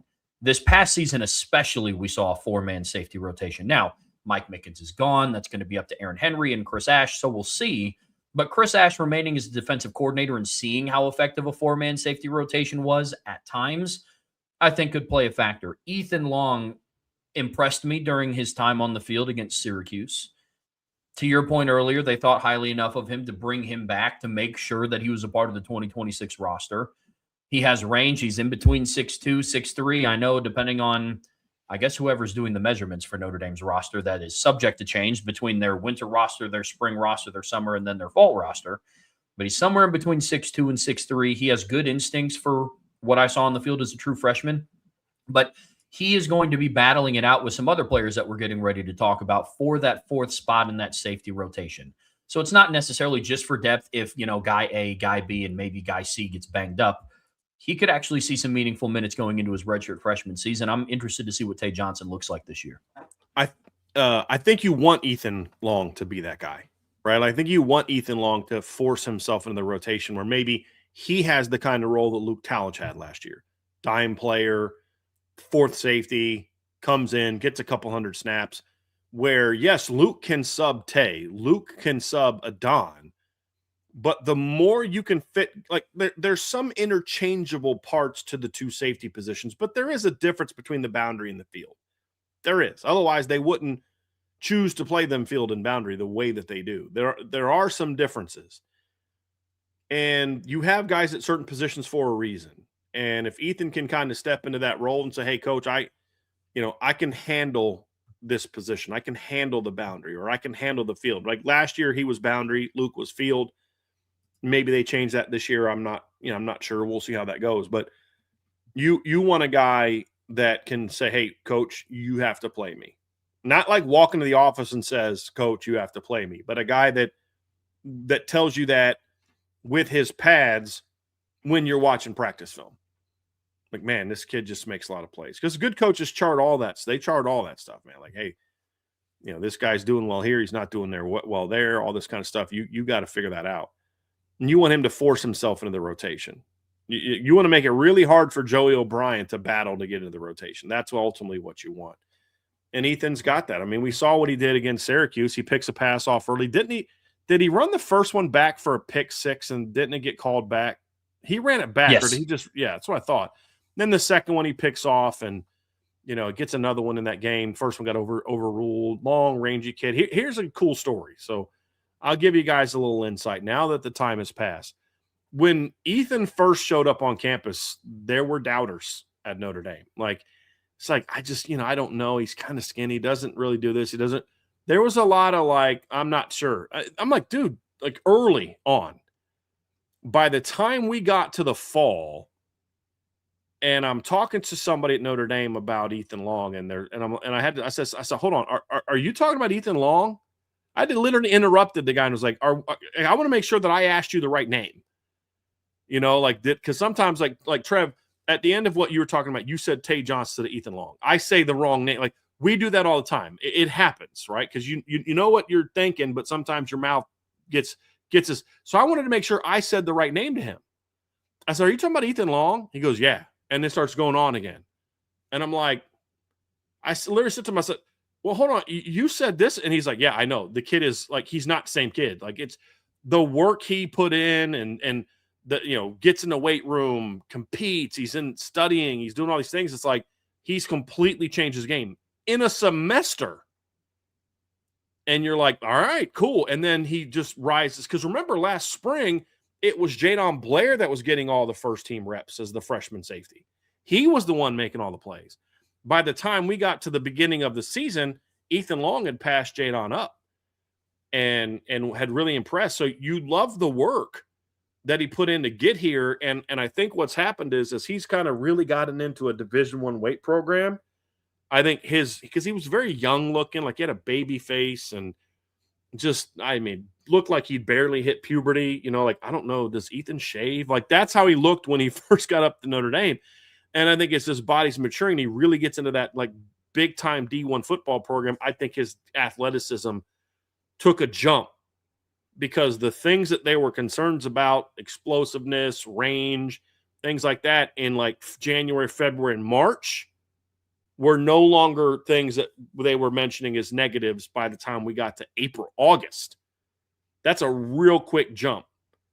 And that's why by the end of the year, he was a guy that Notre Dame had to make a big offer to keep him because there were enough schools that kind of saw him more like, hey, jump in the portal, And Notre Dame was like, no, stay here. And that's why Ethan's a guy that's going to have a legitimate chance to, make an name for himself. Now, he's going to have to battle. So's Luke Talich because you've got Brandon Logan, who we'll talk about in a second. You've got Joey O'Brien. So that's the thing. With Brandon Logan, he's kind of a TBD right now, Trev. He was injured as a freshman. He's playing baseball right now, and he started, I think, 4 games already. So, like, he's, like, playing baseball. He's not just – like on the team. I think that's going to make it tougher for Brandon to like battle this year for like a rotation spot, but he's one of your best athletes at safety. I mean, he's a very powerful physical downhill athlete. He brings a lot to the table. I don't know how much we want to talk about him right now because again, he's playing baseball right now, but he's another guy to keep an eye on. And then of course you have your freshman, Joey O'Brien, who is a big-time talent. He is, man. I mean, Joey O'Brien was one of the highest-ranked recruits that Notre Dame brought in the 2026 cycle. He carried a little bit of the weight of Notre Dame having the number 1 ranked recruiting class on 3, and he's an exceptional talent. Now, personally, I have to not have a little bit too much PTSD because I found myself at this time last year talking about a highly ranked 6'5" rangy safety that will have the opportunity to play in week 1 or throughout the season at some point. But Joey O'Brien and Jadon Blair are not the same level of athlete. Their situations are a little bit different. Joey's somebody that I think similar to Ethan Long, we could hear stories about how much getting into a collegiate strength training program is going to benefit him. He's just a wiry kid. I mean, he's 6'5" with, I guarantee you, over 6'5", over a 6'5" wingspan. So it's going to be a little bit different than a 6'2", 6'3" guy, but he has all the talent in the world, man. And if you're in a spot where Joey O'Brien just has to play for some reason this season, I think you're going to be okay. Oh, shucks. I guess we have to play Joey. I mean, he's a string bean. I mean, you saw it at the press conference. He's a $188. He's 6'5", a $180. He looks like a 2-guard. Yeah. He's a special talent. He's, like you said, Trev, long, but he's long in all the good ways too, right? He's super rangy. I'm curious to see where they're going to play him. Yeah. and how they're going to use him. Like early on, do you have him kind of playing center field? Do you have him coming down? I would think playing center field might be a little bit better. As a $188, he, let him play side to side, use all that range to his as a strength for him. Incredibly instinctive football player. Like Joey O'Brien, he was. There was a question on the recently about like, hey, who are some of your guys? Some of the guys you've fallen in love with. Well, Joey O'Brien was one of those guys for me in 2026. I was in love with Joey O'Brien as a player way before he was a big-time recruit. I was pumping him as a must-get when he was a 3-star. At the time, I thought he was going to be a corner. He was about 6'3", and he just kept growing, and you're like, okay, he's going to have to make that move to safety. And I'm glad he did it in high school, not in college, because he saw how instinctive he was as a safety. I mean, he made a name for himself in the 7-on-7 circuit because quarterbacks are trying to make throws, and he's like, you'll see there's clips, Trev, where quarterback throws a ball and Joey's not on the phone screen. And then by the time the ball gets there, Joey's catching it and running it the other direction. And you're just like, dude. And then he went out and did that in high school, leading his team to a state championship. As a great receiver, but then also a big-time playmaker. So I think he had, 3 picks in the state title game? He returned 1 or 2 of them for touchdowns. Like, big-time football player. And he's smooth. But here's the thing. I don't care if you're 6'5". I don't care if you're athletic. I don't care how fast you are. And I don't know how fast Joey is. That's the only question I have because he's such a long strider. And he didn't play against guys that pushed him that in a way that he's going to need to be pushed to try to cover Quincy Porter or, Cam Williams or Micah Gilbert. So like, I want to see how he really looks like turning it loose. He looks to be fast-ish. But when you're 6'5" and you're that smooth and he can flip his hips the way he can, because tight hips aren't the reason he's moved away from corner. He's 6'5" and he's all leg. Like that just doesn't make a lot of sense. And he could be a special safety. Joey moved to safety more because, dude, you could be a star there. More so than you've outgrown corner. And he was getting to the point where he's outgrowing corner. But you look at him, Trev, he's not just the physical tools. You watch Joey O'Brien play, and you can tell he's a really smart football player as well. And most of these kids are that way. That was a big prerequisite for Mike Mickens. I don't care if you were the greatest athlete in the world. If you couldn't think and you didn't have football IQ, he was not going to go after you. So anybody that's on this roster that was recruited by Mike Mickens has a pretty good chance of being a guy that had a high football IQ. And Joey's no different. Neither is Nick Reddish. No, Nick Reddish is another freshman that has the opportunity to come in and start to make an early name for himself. Now, different circumstance, but I view him, and you can correct me if I'm wrong for viewing him this way, but a little bit more of the Brandon Logan track. And that I don't know if he's going to get on the field as a true freshman. Now, Brandon Logan didn't because he was hurt. But if he was healthy, I don't know if Brandon Logan is seeing the field as a true freshman. I don't know what those chances are going to be for Nick Reddish because he is I know, aren't they thinking about trying him out at nickel as well, depending on how that shakes out there? So that was the plan under Mike Mickens. And okay. I would assume it's still the plan, but I don't know what the new staff thinks about it. And with only having 6 guys at safety right now, one of them being a redshirt freshman who's playing baseball and the other one being a true freshman. Well, really 2 redshirt freshmen, one of them playing baseball and the other's true freshman. I would actually like to also see maybe Nick Reddish also be given a chance to play safety first, then move to nickel, as opposed to playing nickel right away. The other question I have, Trev, and Nick Reddish is a guy who grew on me as a recruit. He was literally unranked by me until his senior year, but it was done. Because I don't love making grades off sophomore film. There was only like 2 minutes of highlights available for him as a sophomore. Couldn't find game film anywhere. He got hurt in the first game of the year as a junior, I think. No film of his second game. No film of the game he played. So it's just like, look, I don't know a lot about him other than a few highlights. I just know Mike Mickens is super high on this kid. Even when he tore his ACL, Mike Mickens stayed super high on this kid. Mike Mickens is somebody that you just usually give the benefit of the doubt to when he's really sold on somebody. he loves this kid. And even with the ACL, and there were some people that raised questions like, do we still want this kid? And he was like, absolutely. That sold a little bit on me. But then you go out and watch him play as a senior, like, oh, I get. I actually texted Coach Mick. It's like, okay, now I get what you're talking about. He's like, I told you. So I know. But super instinctive, super smart, family of football players. I think he's got like 2 brothers in college football right now. I think they're both play at Virginia Tech. At least one of them plays at Virginia Tech right now. One Quincy's an older. I think there's another Reddish that's a brother of his that also plays college football. I think they're both at Virginia Tech. And that was his other finalist, but he chose to go a different route, which I think says a lot about Nick Reddish.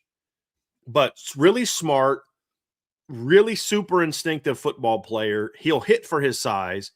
The one thing that I didn't know, and that was the big question, is he moves really well, really smooth, really good change of direction. Light on his feet. I don't know about the top end speed. It's good, but is he like another Xavier Watts, 4.5 something? Oh, okay, fine. We just saw the greatest safety of my lifetime play at Notre Dame, and he goes to the combine and runs like a mid 4.5. You know, when you know where to be and you're a 4.55, you're going to get somewhere a lot faster than a guy that runs a 4.45 and doesn't know where he's going or how to get there. And Nick brings a lot of that to the table. I'm not saying he's as good as Xavier Watts. I'm not saying that. I'm saying there are some things he does that remind me of Xavier, you know, where he's going to beat you to the spot. He's going to take good angles of the football. He's smart. He's instinctive. I was talking with a buddy last night, and we were talking about, you know, one of my favorite plays of the Georgia game was a play where Georgia, you remember how he used to do like a lot of orbit motions and jets, and they ran some sort of like, I don't remember, I think it was a jet, and they're trying to, and 10 guys are going this way for Notre Dame's defense. One guy is going that way, and it was Xavier to just blow the play up. And you're like, oh, yeah, that's why he's a star. And I see some similarities with Nick Reddish. Now, I am not trying to say that Nick Reddish is going to be the next All-American Bednarik Nagurski Award winner. I'm simply saying, no, he's not the biggest. No, he's not the fastest, but this kid can play football. And I would like to see him get a shot at safety. I would also say, is one of those corners just going to be buried at there? Could you maybe move one of them to safety? Could maybe Mark Zachary play some safety? Could Dallas Golden play some safety? Could Aiden Pouncey play some safety? Because if everything goes perfectly for Notre Dame this year, Trev, there's a pretty good chance that Tay, Luke, and Adon are all gone next year. I hope not, but you have to at least prepare that that's a possibility. Luke's definitely gone. Adon is a 3-year starter now. If he takes a jump, I have to think he's getting day 2 draft grades. And as we said, if Tay's healthy all year and does what we think he's capable of, he might be the best safety in the country. And one of the guys competing for that spot is, you know, wears a number 1 below his. You know what I mean? Like, there's a chance they're gone. Yeah. So you're going to go to the portal, or do you say, hey, look, we've got 32 corners. Most of them are over 6 feet tall. Can any of them move to safety and play at a high level? I think that conversation at least needs to be had. Maybe not now. Give them a shot, see how they all fit at corner. But maybe as we get into the fall, you're like, hey, this guy. That's why I wish Crease Thomas would have stayed. He'd have been the first guy that I would have considered moving to safety as Cree. But it is what it is. But a lot of talent there, Trev. We just got to figure out. The future is a little bit more of a question mark, depending on how the season goes. Yeah, absolutely. I could see them using one of the true freshman cornerbacks, similar to how Tay Johnson was used as a true freshman, just working him at both spots, and just wherever he needs to fill in, he can fill in. I could see one of Aiden Pouncey or maybe a Dallas Golden fit into that type of role. But you're right. A lot of talent in this group. A lot of talent. But, folks, that's going to do it for part 2 of today's show. Don't go anywhere. Brian and I are getting ready to talk about our top 10 secondaries in college football for the 26th season. But before we get there, be sure to hit that like, hit that subscribe, hit that notification bell, whatever streaming platform. You know what I did forget to do, Trev, real quick? I forgot to bring up this graphic so you guys could just see the size real quick before we move on to this. I completely forgot to bring this up, but look at that size. 6'2", 6'4", 6'5", 6 foot, 6'2", 5'11". And Ethan Long was listed at 6'3" in the fall. Allegedly, he shrunk an inch. And I think he's taller than Tay. I think he'll be 6'3" when the new roster comes out. So sorry to interrupt you, Trev. You were doing your thing. You were cruising, but I was like, oh, shoot, I forgot to bring that up. Just wanted to get that visual up there for people to take a peek at before we move on, because that is a big group. Don Schuler is the second smallest safety that they have. That's absolutely crazy. Yeah. And he's not built like the second smallest safety. No. I should say shortest. He's second shortest because the Don's putting together. I wouldn't say that to. I wouldn't say, hey, Don, you're the second smallest guy. I would not say that to his face. No, definitely not. I don't blame you. Do not blame you, folks. Stick around. We're getting ready to kick off part 3. Also, make sure you are a premium message board subscriber at boards@irishbreakdown.com. All right, Brian, in part 3 of today's show here on the Irish Breakdown podcast, brought to you by our friends over at FanDuel, we're talking about our top 10 secondaries in college football. Now, this is something that we've been doing to go along with our position previews for Notre Dame. Once we kind of cap off a group, we talk about some of our top 10 units. Now, there's still some that we have to do.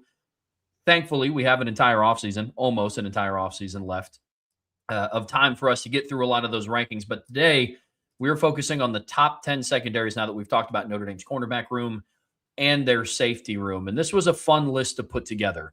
And, once you guys start to see things unfold, I think that there's a relative gap between the first 2-3 teams and some of the rest of the list. Some of our criteria.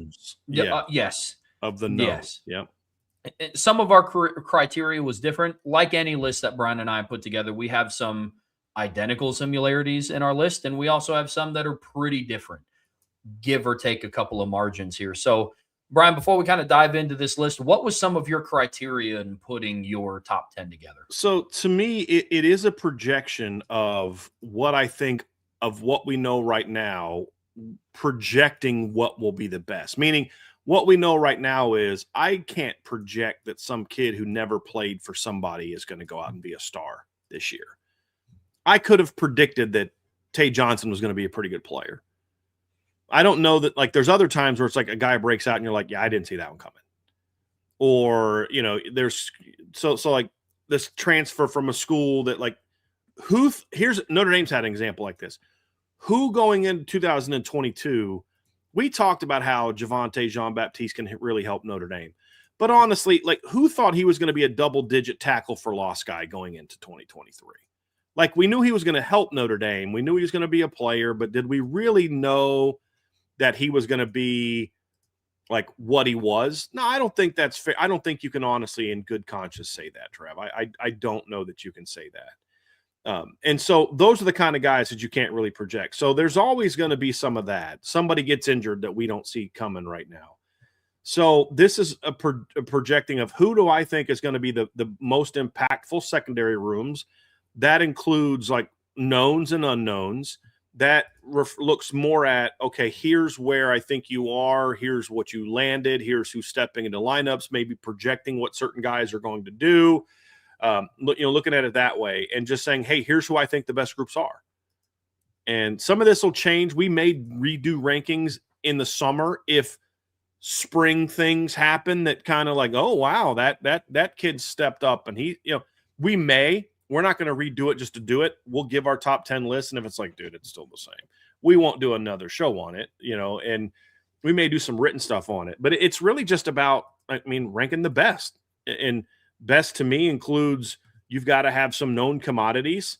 You've got to have some proven production. You have to have talent. I have to trust that you're going to be coached well and schemed to get the most out of that talent. It's not a rivals ranking list. We don't go through and say, okay, well, who has the most 5 stars? Who has the most this or most that? It's like, okay, yeah, you were a 5-star, but you haven't done jack in college yet. So I don't really care that you're a 5-star. I want to see what you are now.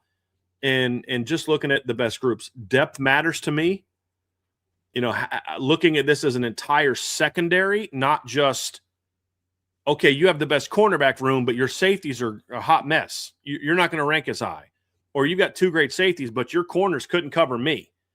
Okay, then you're not going to be ranked as high. It's about the entire room as a whole and projecting who we think are the best of what we know about these teams right now. And this is probably the one we had the most pretty significant disagreement. We not only had 3 teams different each guy, But even some of the teams we had in there after the first 3, we have a pretty good variance of ranking. So this will be a fun one to kind of go through as we kind of explain what we see in the various groups. So we'll bring it up, Trev, and we're going to do it a little bit different. Instead of doing like 5 at a time, we're going to go like 1 each and just explain our lists. And then what we'll do is, so like I won't like argue with Trevor about his ranking. He won't argue about mine. What we'll do is, number one, if you guys have some questions about our rankings, feel free to ask them. We'd love to hear your guys' rankings if you've thought about it. Or if you have questions like, hold on, like we've got a Miami fan in the chat, right? We've got an LSU fan in the chat. We've got an Ohio State fan in the chat. If you want to understand better, why don't we have your group higher or lower or whatever, feel free to ask. And then what we'll do is we'll kind of ask each other questions sort of at the end about it and maybe have a further just discussion about it. We'll also talk about some teams that we think, okay, they're not there now, but they have a chance to crack the top 10 if some things can go their way. It's going to be a lot of fun, Trev. I'm looking forward to it. I am as well. The common themes that you're going to see in how I put my rankings together, it's 2 predominant things. I'm a big believer, and this isn't just experience. I'm a big believer in continuity in a secondary. What's one of the reasons why we have so much faith in Notre Dame secondary? It's because Leonard Moore comes back along with Christian Gray, who's a 2-year starter. It's because of Don Schuler and Tay Johnson come back. So continuity is a big piece for me in this, combined with talent, proven production, projection, a lot of different things. But as you'll notice, the common theme of mine is continuity. It's not just experience, because there's secondaries that I left out of this list that have guys that are coming back for year 4 in the rotation or year 3 as a starter. Continuity is a big piece in mind. But with that in mind, getting started with my top 10 list, Brian, I actually have the Houston Cougars at number 10 overall in mind. This is a very slept on team, and one that you and I talked about for a little bit when we were kind of prepping for the show. When people hear about the Big 12, they think of Texas Tech and BYU. Understandably so, I get it. Arizona State gets brought up more in conversation than what Houston does. Again, I get it. Arizona State's a year removed, but I like what they bring back here, man. You go through and you look, they returned 3 starters from 2025. Jordan Allen is a former LSU transfer. He's going into year 2 at safety. Kentrell Webb is a former Tulane guy. He's going into year 2 at safety. And then Will James is a Southern Miss transfer who's going into year 2 at cornerback. So all 3 of those guys are going to be relied on to kind of shore up the back end of this defense. And they're now going into year 2 of the system being at Houston. And those 3 guys are big reasons why their defense kind of had a little bit of a turnaround. Now, when you go and look at their season-end stats, they're not going to blow you away and be like, oh, I get it. Houston just wasn't talked about, but they were the 11th best pass defense in the country. But I think they have the opportunity to be a top 25 pass defense this year with the type of talent they have coming back. So I got the Cougs at number 10 for me. I know we said we're not going to comment on each other's lists, and I'm not going to really comment on it. I'm just going to say Willie Fritz is a freaking heck of a football coach. He really is, dude. Like, he got Houston turned around way quicker than I thought he was. Yeah, man. Yeah. And quietest 10-win season in the country last year. Just don't get a lot of respect. It's a great analysis, Trev. My number 10 unit, I hate to say it, but I've got to be honest, is the Michigan Wolverines. I really like this secondary. If I knew more about how they were going to be utilized, if I knew more about, just is Rod Moore going to get back to his kind of peak form from the year before? Like, those are some of the questions that I have. But they had a couple things go well for him, Trev. Like, I know, for example, you have a little giveaway, but Trev has BYU in his top 10. Well, the guy that ran the defense last year to lead BYU to a top 10, ranking here is now coaching at Michigan, and Jay Hill. I think that was a great hire by Kyle Whittingham. I think that's going to help this defense. They have some guys, and the other thing that happened this season is Zeke Berry, the one of their corners, had initially, I think, I can't remember if he said he was going to go pro, or if he was going to, I think he was going to go to the portal, and decided to come back. I think that was huge. And then the third thing that happened to them this offseason is they got Smith Snowden out of the transfer portal from Utah. He's going to be their nickel. So you've got Jair Hill coming back, who's, I think, one of the 10 best cornerbacks in college football. He didn't make the jump that a lot of people thought he was going to make last year. I thought he was fine. I thought a lot of the issues they had last year had to do with just this program as a whole was a train wreck. It just was. I think you're going to have stability here. You talk about continuity. That's important. I think stability is important. And there was None at Michigan. So Jair Hill's back. He's one of the better Big Ten corners. Zeke Berry's a very solid player. He's kind of like, for them, he's kind of like their Cody Riggs. Remember Cody Riggs for Notre Dame in 2014? Just steady, not a big name, not a dominant player, just kind of does his job. They've got good young depth. Losing Jaden Sanders hurt. Michigan helped Notre Dame. He started and played some games for them. I like their safety group. Rod Moore comes back. He's now a full year removed from the injury he had in 2024. That should help him kind of return to form. He's a good, solid, again, one of the 10 to 15 best safeties in college football. They've got a couple young kids that I think could be on the verge of maybe having breakout seasons and providing depth. That's Kanoa Winston, and that's Jordan Young. Jordan Young especially is a guy that I really like coming out. They went in the portal and had a really sneaky portal pickup, Trev, that not a lot of people talk about, and that's Chris Bracey, a safety from Memphis who had over 80 tackles, like 9.5 tackles for loss last year. Not a great cover guy, but I don't think Michigan's going to ask him to cover as much as Memphis asked him to cover. Really good downhill, impact, run defender type of guy that I think helps this secondary. So they've got experience, proven production, some high-level players, maybe not like the elite Leonard Moore type guys, but some really good football players. And they had some losses, like, Brandon Hillman left. They had TJ Metcalf, I think, was another safety that left. But they've got a lot coming back, and I love the newcomers they have. I think Michigan's going to have a really good secondary this year. I like it.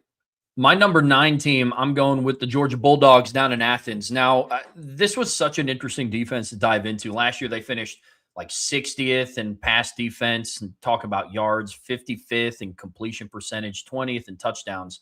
Some of it, like we know with Notre Dame fans, a lot of it was subject to their pass rush that they got. There were a lot of times where the back end of their defense was asked to cover for a really long time because they weren't able to generate a pass rush. That started to turn around towards the end of the season when they kind of turned their D-line loose a little bit, and we started to see some players come along. Now, they returned 3 starters from last year. KJ Bolden comes back at safety. Kyron Jones comes back at safety. But the player that I'm keeping my eye on is Ellis Robinson. He's a cornerback that was the FWAA Defensive Freshman of the Year, and then he was also on the Freshman All-American team along with Tay Johnson. So to give you an idea of what type of season Ellis Robinson had. He's going to be one of their better cover corners that they've had. Now, I know they've had some bigger named guys. Like they got what I think like the Julian Humphrey kid from Texas A&M. They had the Everett kid, but I really like Ellis Robinson. You combine that with some of their portal pickups. They also snagged Braylon Conley out of USC, Khalil Barnes from Clemson, Gentry Williams from Oklahoma, and Jamarlee Riddle from Fresno State. I think Khalil Barnes could potentially fit either into the safety rotation, or they might use him a little bit at nickel from some of the things I've read about where he might fit within the structure of that defense. So something to keep an eye on. But they use the portal to build out depth, add potentially 1 or 2 starters here and there. Georgia's one that I'm keeping my eye on. I have them at number 9. Good stuff. My number 9, Trev, is the Oklahoma Sooners. Oklahoma was one of those teams that I kind of had to go back and forth on a little bit, to be honest with you, to see how comfortable I really was going to be with this group. They did have some departures from last year. Eli Bowen had an injury plague season, missed 3 or 4 games. Peyton Bowen was a good player, but not a great player. There's a couple things I like about it. I think Cortland Guillory is a really good young corner.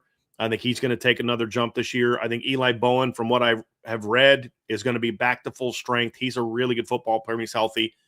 Peyton Bowen's a solid player. Really is going to come. I love their depth. They've got good depth at cornerback anyway. Safety, it's really going to come down to who can kind of step into the starting lineup opposite Peyton Bowen and how well he play. And then really what it comes down to whether or not I'm going to – so, like, to me, I took sort of the happy medium with my ranking on Oklahoma. I think you could make a case that if everything goes perfectly for Oklahoma this year, they should be ranked higher. But I also think that if there's enough ifs with Oklahoma, that they could also be ranked lower. So I kind of found a middle ground, and I'm putting them 9. If Peyton Bowen gets back to kind of – if Peyton Bowen can get to become a consistent player, not be a flashy guy, but a consistent player, then I think he is going to be a factor. I love their young corners. I really do. They got good nickel play. Safety is the big question mark for me. That's what has them down there. But I think Peyton Bowen has enough talent that look, if the other position can get solidified, I think it's going to do well. And I think Oklahoma's going to have a really good pass rush this year, which is going to allow them to play this safety group to their strengths. And I think that's a big part of it as well. And they went to the portal more for depth players, as opposed to like going to the portal for, like, hey, we got to go to the portal for starters. They didn't really do that. And I think that's going to benefit them quite a bit. And I like the Oklahoma secondary.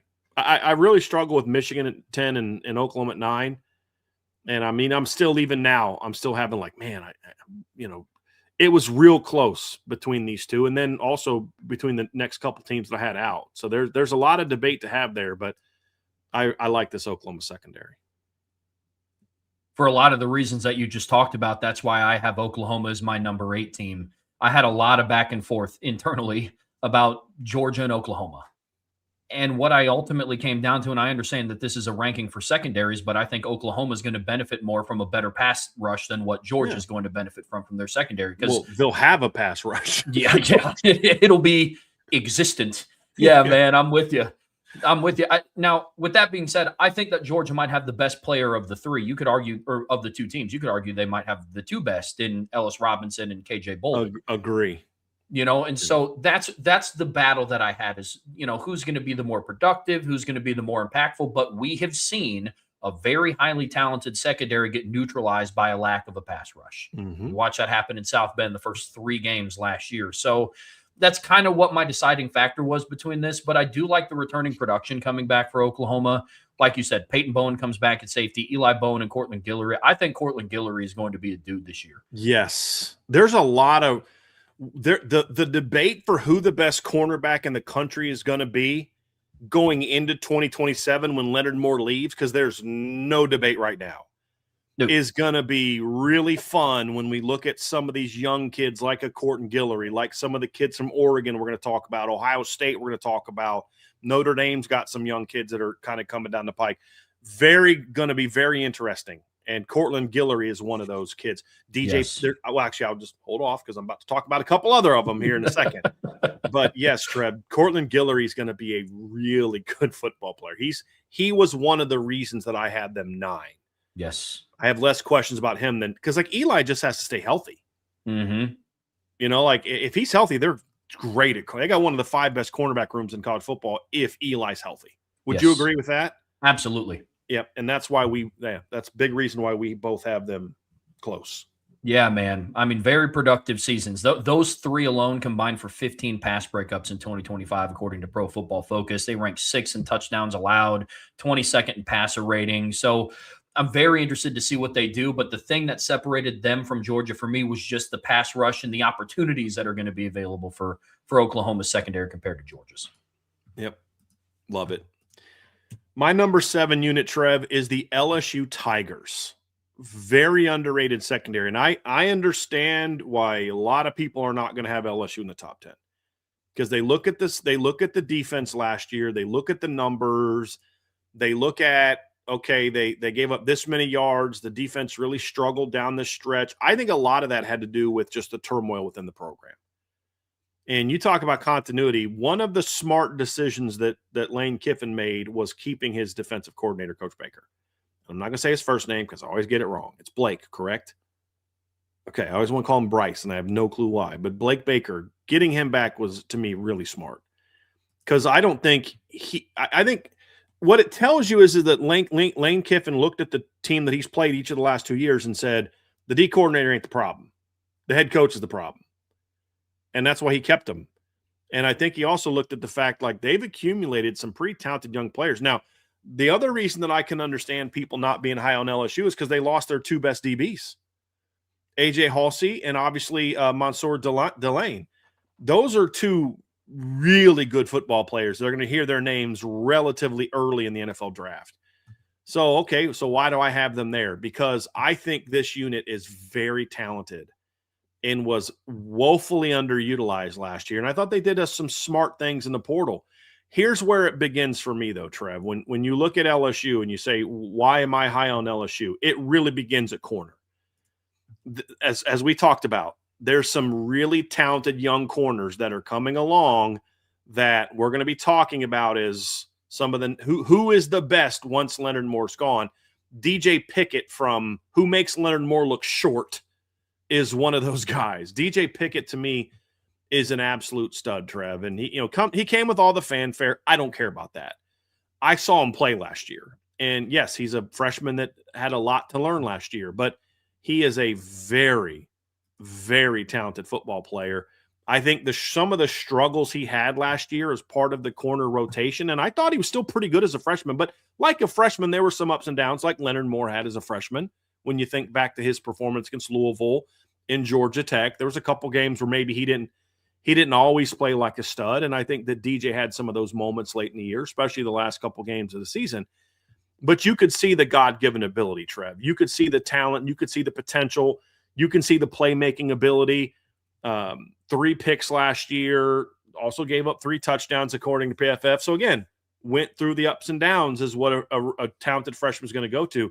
Going into year 2 with more stability in the program, a year under his belt, same defensive system, I think DJ Pickett has a big-time breakout season.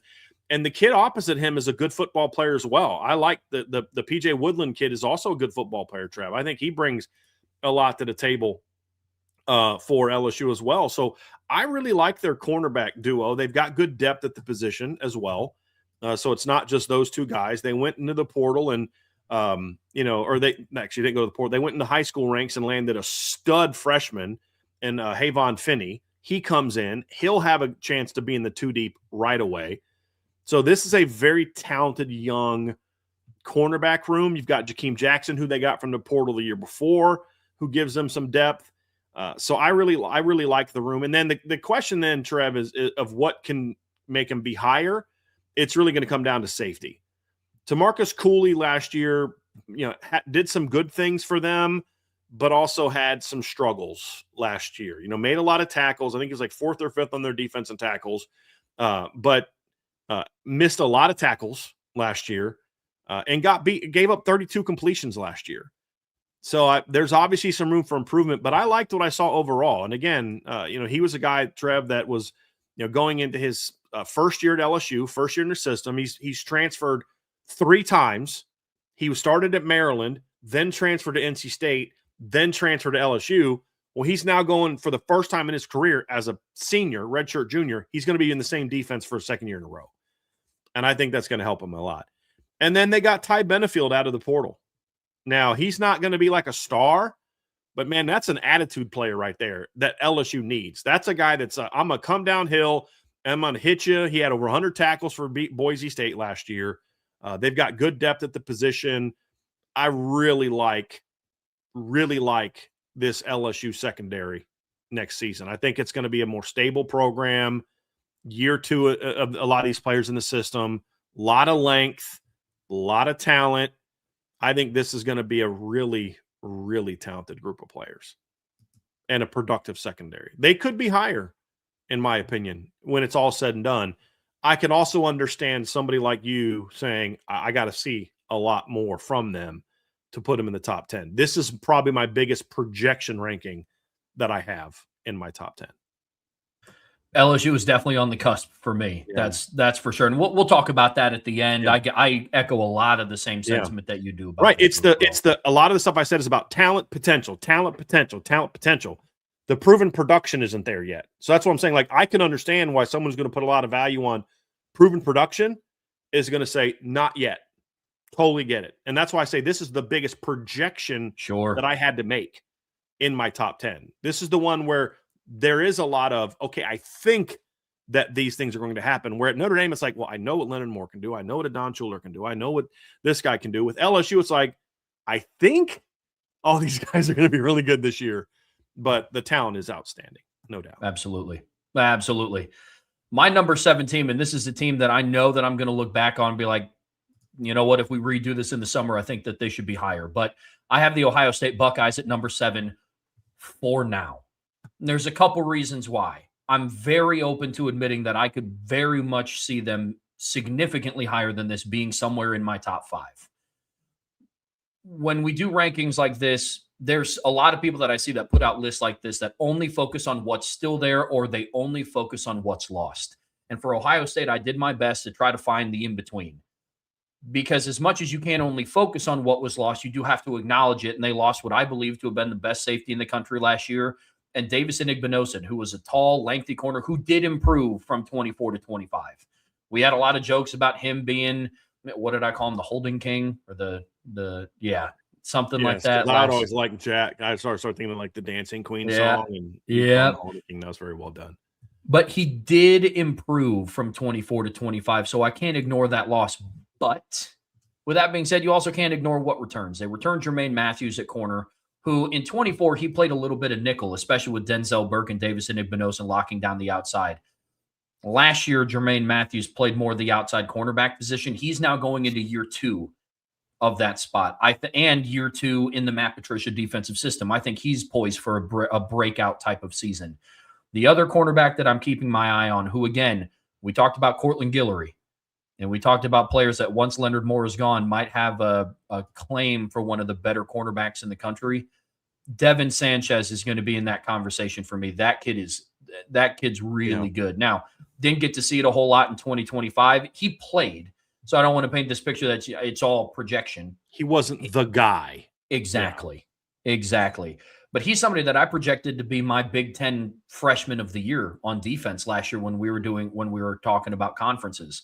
I think he's in for a big year this year. And they also returned Jalen McClain at safety, who is a very productive player for them. I had some questions about who was going to replace Lathan Ransom. Jalen McClain stepped in and was a really good counterpart to what Caleb Downs brought to the table. But now, similar to a Don Schuler's track record, it's now Jalen McClain's time to be that guy. Then I also like some of the pickups they had in the portal. They're going to be battling for spots in the rotation and in the starting lineup. You got Terry Moore coming over from Duke.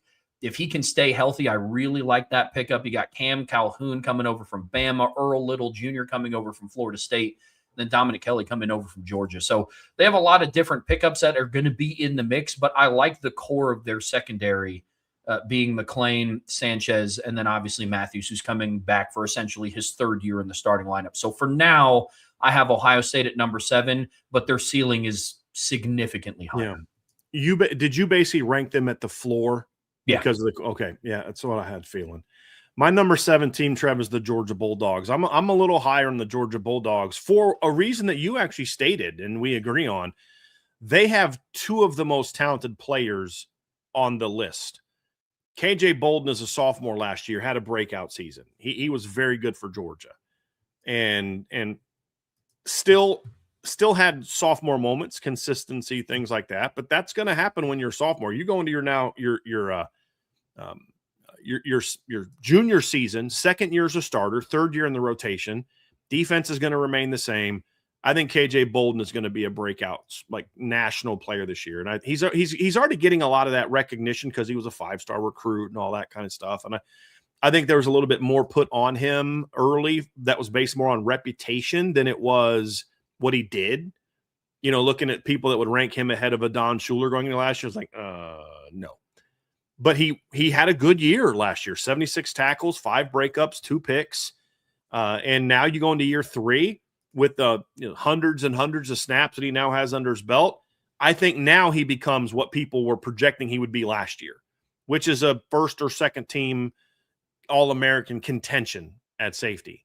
Then you go to a corner. Now, Ellis Robinson had a very up and down season last year, but when he was good, he was really good.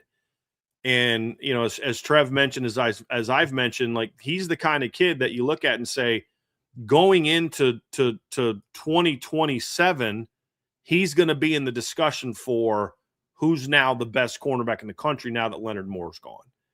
Redshirt freshman season last year, and his highlight plays, if you just watch his highlight tape, you think he's one of the 5 best corners in the country. If you just watch the highlights. Now, Trev, he's got to clean up some of the other stuff. And I think Kirby Smart has a pretty good proven track record. By the time you get into year 3 in his system, you're going to be playing at your best fundamentally, talent-wise. The issue that Georgia had in 2024 against Notre Dame wasn't they weren't coached well. It was they didn't have the talent. Daniel Harris just wasn't that guy. Dan Jackson's a nice football player. He's not that guy. The difference now when I look at these guys that are coming up, they've actually kind of restocked a little bit with their last few recruiting classes. Now they have some of those guys. Ellis Robinson that is that guy. KJ Bolden is that guy. DeMello Jones, who's the nephew of former Notre Dame stud Deke Cooper, who had one of my favorite big goal line hits in Notre Dame history, and as a fan, he's going to start at corner. Raw, but very talented. Their talent, with all due respect to Dalen Everett, the talent of the two starters at corner is better now than it was in 2024. The question is, okay, can they get them to play more fundamentally sound? The issue they had last year was DeMello and Ellis would look like studs for 7 out of 10 plays. They a lot like Christian Gray, to be honest with you, where 7 plays, they look like, dude, that's a stud. Then the 3 bad plays, you're like, you just got cooked because your technique wasn't there. You were late with your transition. You didn't execute your assignment the correct way technically, or you weren't sure where to go. That's kind of how I viewed both of those guys. And now they go into their 3rd years, and I'm like, okay, now I'm predicting that these guys are going to be absolute studs. And so now it comes down to, okay, those 3 guys are very talented. What's the rest of the secondary look like? And that's ultimately going to tell where they are. I like Rayshawn Dinkins at nickel. I think they can also play Khalil Barnes there. How that safety position opposite KJ Bolden gets worked out is going to determine whether Georgia is here, lower, or higher. If they're just good, then this is about where Georgia will be. That 5 to 7 range. If they can take a jump, then I think you can see Georgia jump into the top 4 range. And if they struggle there and the 2 corners don't have jumps in consistency, then you could see the Georgia secondary struggle. That just hasn't been the issue at Georgia. You know what I mean? Like, juniors don't often make a lot of technical mistakes, and the guys that you could point to are guys you could point to that had constant discipline issues at Georgia. I haven't heard any of that with DeMello Jones and Ellis Robinson to the degree that we've seen with some past guys, KJ Bolden, guys like that. So I think this is their most talented secondary in a few years, just across the board. Now it's about, can you get them to play with more consistency? And then they went to the portal for some solid veterans for depth. You get Braylon Conley out of the portal. You get Gentry Williams from Oklahoma. Gives you a nice depth player. So they've got really good depth. Zion Branch is a really good veteran player, for depth that you got from USC. So 2 years ago. So I like this secondary. High-level talent, sound coaching, a lot of depth, a lot of experience. I think this Georgia secondary is going to be, I think, the best part of their defense this year, with all due respect to their linebackers. I could see their secondary emerging as the best unit. Right now, I think the linebackers are what I would say right now is their best unit. There's a chance that the secondary could be in the battle for them as we get into the season, if the talent turns into consistent production. No, I like that. I like that a lot. We've talked about a lot so far this offseason, especially once the over-under win totals on FanDuel came out, that our friends over at FanDuel think that Notre Dame is one of the few teams in the country that have the opportunity to go undefeated. Their over-under win totals are set at 11.5. And if there's going to be a secondary not named Miami that I think could give them a run for their money, it's my number 6 team, and it's the BYU Cougars. I think this is a very underrated secondary, and I think that there's a stigma around BYU that some people have, some people might not have, that it's, well, they're just all older, veteran, sound, disciplined guys. And while some of that is true, I think that they have good talent in their secondary.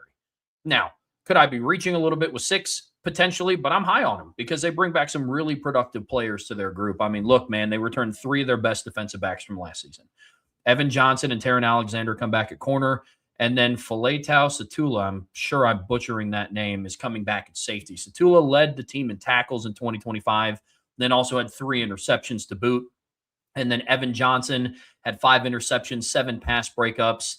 And then Taron Alexander had 1 interception and 4 pass breakups this past season. Now, look, I know we clown BYU a lot for, how badly they got beaten against Texas Tech, but I don't think it was because of their cornerback room. I don't think it was because of their secondary. Baron Morton had 2 of his lesser performances in terms of completion percentage, passer rating, and yards per attempt when they played BYU secondary. He threw for 215 yards against BYU in the Big 12 championship on 33 attempts. The first time they played, he threw for 219 passing yards on 32 attempts. And so this is a secondary that isn't willing to give up too many big plays. I like a lot of the experience that they bring back. I'm sure it brings Kalani Sitake a lot of reassurance that the back end of their defense is shored up. A lot of the attention with BYU and their outlook on the season is like, well, Parker Kingston's out, so I just don't know how good they're going to be anymore. I don't have a lot of questions about BYU's and who they return on the defensive side of the ball, especially in the secondary. So right now, they're number 6 for me. The difference between them and Ohio State is I have to use a little bit more projection with Ohio State. But like I said, I'm going with what their floor is, whereas BYU, I don't see them being much higher than 6 for what else I have coming down the pike on my list here. So I got the Cougars at number 6. So they're kind of the opposite of Ohio State for you. This is their ceiling. Mm-hmm. Okay, good stuff. I like how you kind of explain that. That's helpful. Appreciate that. Yeah, man. My number 6 is the Miami Hurricanes, and this to me is their floor. This is the lowest I'm going to see from Miami. I just there's some questions that I have about Miami that separate, because 4, 5, and 6 are all very close, and you'll have a better sense of why I have them at 6 compared to some others. But when I look at this Miami secondary, I thought they played good football last year, Trev, and they weren't an elite secondary last year, but they were much improved over what they were the year before, and they had some big losses, right? I mean, obviously you lose Keontae Scott. That's a loss. They lost a couple of their safeties. They lost some depth. They do bring back some talented players. Xavier Lucas comes back at corner.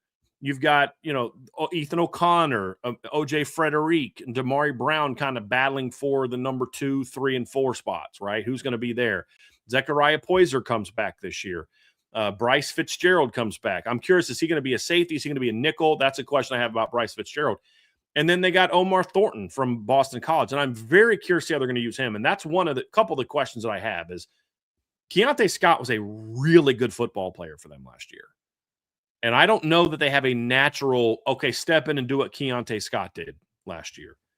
I also wonder if when I look at Miami, I see good talent, but I wonder if outside of maybe 1 or 2 guys, if some of these guys have this is just who they are.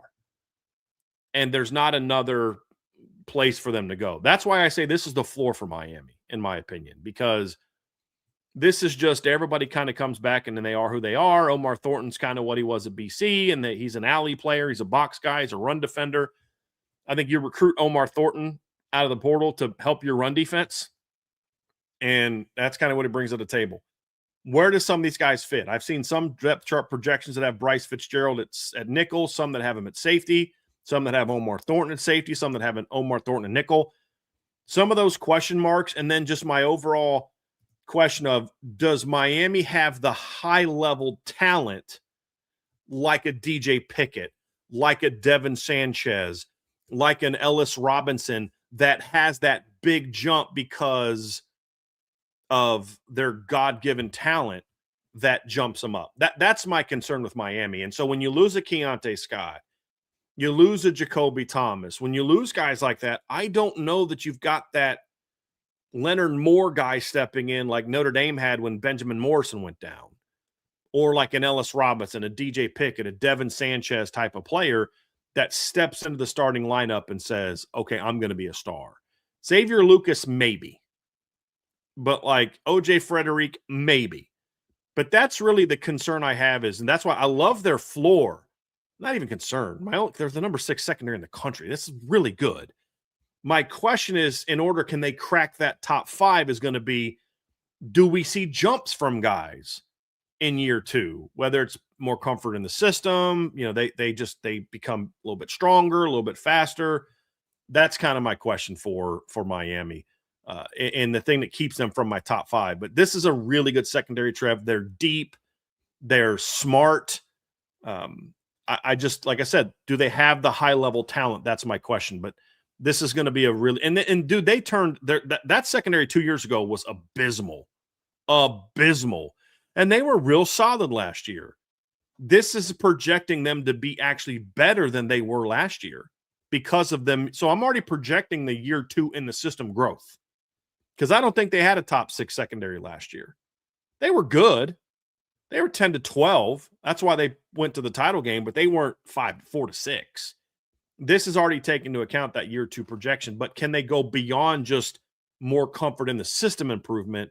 That's going to determine whether they can climb higher than this. No, it's good stuff. Let's crack into the top 5 here. And my number 5 team, I'm actually staying in the Big 12. I'm going with the Texas Tech Red Raiders. One of the things that I love about the secondary, again, I talked at the beginning of this segment about how much I love continuity, and this is one of the few teams in not even just in the top 10 list, but just in the country that didn't have to go to the transfer portal to fill needs in their 2 deep. Now, they got some transfer portal guys, but, they got like Dante Balfour from Charlotte. They got Cole Wisniewski from North Dakota State and Amir Boyd from UTEP to kind of fill out some like rounding out depth pieces, but they return a lot from this past season. I mean, they returned both of their starting outside cornerbacks and their safeties. Amir Boyd comes back, Bryce Pollock comes back, John Curry comes back, and then Brendan Jordan also comes back. And then I'm going to butcher his last name, but Malik Esquera. I can't roll my R's when it's the double R's, unfortunately. But he's a 6'3", 205-pound, basically just defensive back. And I think that he also might rotate in at one of the safety spots and then bump John Curry, to like their star position. That's basically their nickel. And he played a little bit of that last season. So you have a very long and lengthy secondary. You have a very experienced secondary, and it was extremely productive. They finished 2025, number 26 in yards per game, 9th in interceptions, 33rd in completion percentage, and 6th in touchdowns allowed. Now, again, very similar to BYU. I have this being somewhat of their ceiling. Here's the question that I have for Texas Tech.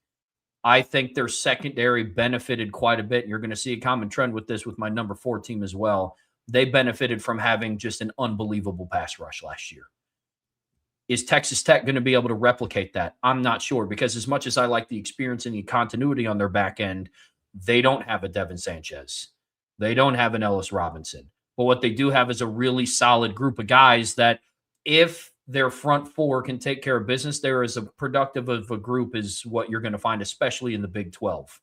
Again, they got blown out by Oregon in their first round of in the quarterfinals of the playoffs. I do not think it was because of their secondary. I think Oregon showed up in the trenches. That's going to be the biggest thing. Dude, they gave up 23 points. Like they didn't get, it wasn't 43. You know what I mean? Like I'm backing your point. Like it wasn't 43-20 and they got beat by 2. They got beat 23-0. You know what I mean? Like they only gave up 309 yards and 3.8 yards per play to to Oregon. Like their defense didn't get wrecked by Miami. It was like 10-0 at halftime, something like that. Like they got beat because their offense got destroyed by Oregon. You know what I mean? Like, if I'd have told you before the game, Oregon's only going to score 23, you're like, dude, Texas Tech might pull off the upset. You know what I mean? Like, seriously. So, to your point, Trev, they didn't get beat in that game because of their defense got proved to be frauds. You know what I mean? Like, that was one of Oregon's lowest outputs of the season. Their offense sucked in that game. That's why they got blown out in that game. So, And the John Curry kid, you mentioned John Curry. I didn't count him as a secondary. He's 6'2", 235. Yeah. You know what I mean? Like they kind of use him kind of like Notre Dame used Jeremiah Owusu-Koramoah, which is like, do you count him as a linebacker, a DB? He's listed as a DB. I saw PFF list him as a corner. He's a slot. He's a slot, but that was an interesting one that I looked at for them for sure. My number 5, Trev, is the Indiana Hoosiers. I know they lost D'Angelo Pons. I get it. And that's a big loss for them. And he was a big time player for them. And Lewis Moore was a really good player for them. But what I like about Indiana is, number 1, they bring back Jamari Sharp. They bring back Amari Farrell. They bring back Ryland Gandy. I always get him wrong. Rayland, like Raylan Givens. Ryland Gandy, kid from Georgia. Notre Dame actually offered him coming out. Didn't really recruit him super hard. Byron Baldwin played a lot last year. The fact that they play so many guys in just their normal rotation is why I don't think they're going to suffer as much from losses. They were able to get some good players. And what Indiana did smartly is when they went to the portal the first 2 years under Cignetti, they got a bunch of portal guys that had multiple years of quarterback. Now, I know at quarterback, multiple years of eligibility. At quarterback, they got one and dones. At running back, they got a couple one and dones. But at a lot of positions like Ryland Gandy, D'Angelo Pons, Amari Farrell, they got guys with multiple years of eligibility left. I think Jamari Sharp was also a transfer. I'm actually looking him up now. I thought he was a transfer. I could be wrong. Yeah. No, he played in Indiana his whole career. I thought he was a transfer for some reason. But they've got talent coming back that played a lot, and then they went to the portal and once again did well. Preston Zachman's a kid from Wisconsin that I like a lot. He was banged up last year. 2 years ago, he was a really good player for Wisconsin. I think he'll step in well to that safety position opposite of Amari Farrell. They got A.J. Harris out of the portal. He's a kid that started at corner for Penn State 2 years ago. For a team that went to the semifinals. He'll battle with probably Ryland Gandy for the starting job, but he's going to play a ton. So I really like this football team. They got another Jaquan Sanks comes in to provide depth. There's a lot of depth there, Trev, but there's also really good talent, a lot of experience. You talk about continuity. That's a reason I'm super high on Indiana, because they have a lot of continuity and they're not having to replace D'Angelo Pons with some kid who's never proven himself. It'll either be a guy who started for a playoff team 2 years ago and has played thousands of snaps of college football from Penn State, or Ryland Gandy, who played a bunch of football for them the last 2 years as part of their rotation. And that's why I think they keep things rolling in the secondary. And their pass rush is going to be pretty good as well. Yeah, the Indiana pass rush is going to be solid this year. I get you completely. My number 4 team is the Miami Hurricanes. Now, I think both Texas Tech and Miami benefited from having amazing defensive line play in 2025, but there's a separator in between why I put Miami at 4th and Texas Tech at 5th. One, I have more confidence that the Miami pass rush is going to be more effective this season than what is the Texas Tech pass rush. Not by a wide margin, but they returned Justin Scott, Ahmed Moten, Marquise Lightfoot. They got Damon Wilson out of the portal, one of the bigger portal acquisitions from this past really cycle. And so I really have a lot of confidence in that. But then the other separator is Miami has the experience. They have a lot of continuity, and 4 of their guys all played or started in the national championship against Indiana and performed relatively well against the Heisman Trophy winner, who didn't throw a passing touchdown, and a really good underrated receiving core in what Indiana had this past season. But you go through and you look at who they bring back. They have O.G. Frederic, Xavier Lucas, Ethan O'Connor, Zechariah Poyser's coming back. They were a very productive defense last year. I'm with you. I'm very intrigued by the Omar Thornton pickup from Boston College. I'm not entirely sure where all he's going to fit in at. To your point, I could see it being nickel to replace Keontae Scott, or do they just add him to the rotation at the safety spot? Miami, again, is another team that I'm going more with the ceiling here. Because of the 3 teams that I have ranked in front of them, I don't see them being higher than 4th, because I don't think that they have the overall top-level impactful talent that what my next 3 teams are going to have. But this is a very veteran group. And look, if your ceiling is the 4th best secondary in college football, you're doing pretty okay. And my floor was eyes. 6, right? Maybe 7. Right? That they're going to be a really good secondary this year. Yes, absolutely, man. We agree. The thing that keeps them from those other groups is I just don't. All the other teams we talk about that could jump into the top 3, that are in the top 3 or 4, all have like star power. I think Xavier Lucas is really good. I think O.J. Frederic is really good. I'm with you, Trev. Like, I just don't know. Could the sum if the sum is as good as the individual parts, like, okay, like that's great. But like these other teams have good all around too, but they also have a couple like studs. And I think that's the thing that's right now keeping Miami from being in the conversation. And that's why their range is more like 4 to 7 or 8. But again, it's still a top 10 secondary. You can win a lot of football games. It's top 10 secondary, especially if your pass rush is legit with Marquise Lightfoot and Damon Wilson and Justin Scott and guys like that. So it's going to be interesting. My number 4, Trev, is the Ohio State Buckeyes. Very, very, very heavy Big Ten flavor in my top 5. Ohio State's an interesting story, Trev, because there's some aspects about Ohio State this year that I'm a little concerned about, but secondary is not really one. I don't think their safety room is going to be as good as it was last year. Like it just won't be, in my opinion. What I like about this team though is I like their depth a little better. I think their cornerback room is going to be better. I like Jermaine Matthews a lot. I think Devin Sanchez is going to be a star. I actually was not super sold on him as a corner coming out of high school. I thought he was an elite talent, but I thought he might have to move to safety. He showed me last year that he's got the chops to play corner. And he was really good for them last year as kind of part of that rotation. To your point from earlier, now he's got to show that he can be like the guy. I think he will be. 6'2 plus, really fast, really athletic. Played over 300 snaps last year. He'll benefit from that now that he's the guy. And the big thing for Ohio State is this all is based on the assumption that Terry Moore is going to be the player he was at Duke before the injuries. If he's not, I think the safety room could take a step back because they lost two absolute studs. Jalen McClain is not a stud at safety, but he's a good football player. The safety depth is a little shaky to me, but I love the corner depth. Getting Earl Little Jr. out of the portal from Florida State to play the nickel is a good pickup. It'll be a lot like getting Devontae Smith was for Notre Dame last year. It's not a star, but he's a vet. He knows what to do, and he'll do his job every snap. You just hope that he can stay healthier than what Devontae was for Notre Dame. Devontae was solid when he was healthy. So I just think the potential of the star power at a couple spots at corner is why I have Ohio State there. This is they're my ceiling. I went with a lot more ceiling rankings with some of these guys. A couple teams I have floor rankings, so like there wasn't true consistency. It really come down to feel and gut. And the other part is like I said, this is a program that's proven that they can develop big time players. I just think that Jermaine Matthews and Davidson Igbinosun from last year won't be as good as year 3 or year 2 Jermaine Matthews is a starting lineup in Devin Sanchez. And that's just, again, that's a little bit of projection, but that's why I see it the way I see it. And I think Earl Little Jr. is a better football player than Lorenzo Styles.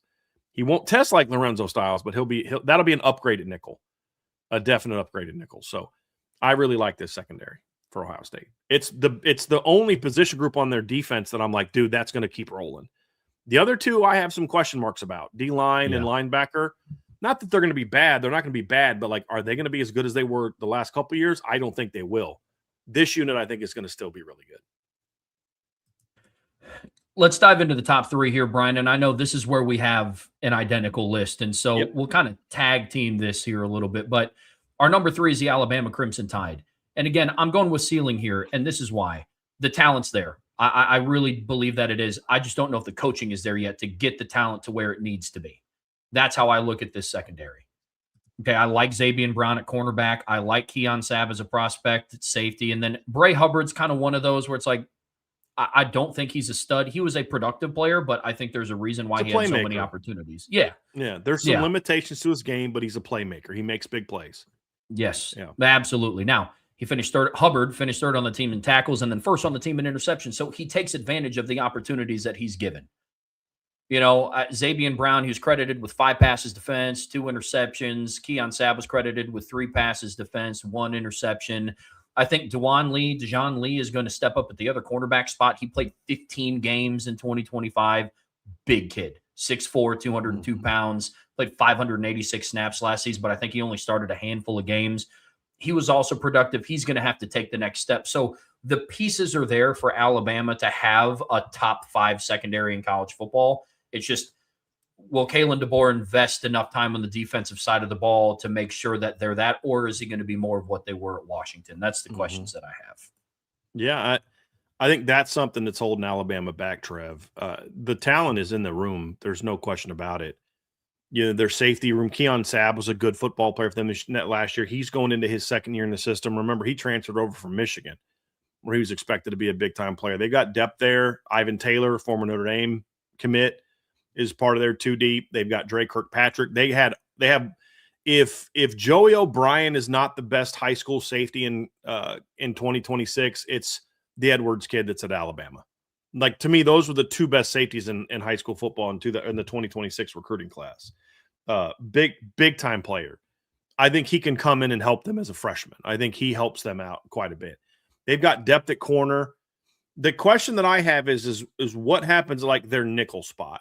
I think they call it like Husky or something like that. What happens there? Is it going to be Red Morgan Jr.? Is it going to be Xavier Mincy? Do they move somebody else there and kind of move their cornerback group around? That's really the big question that I have. But, man, big-time talent. You talked about Dijon Lee last year. I think he was a freshman last year, I believe, Trav. I think he was – wasn't he a true freshman last year? Or was he a redshirt freshman last year? He was a true freshman, wasn't he? I'm looking that up right now. I thought he was a true freshman, yeah. Yeah. But, he comes in and plays a lot and is very productive.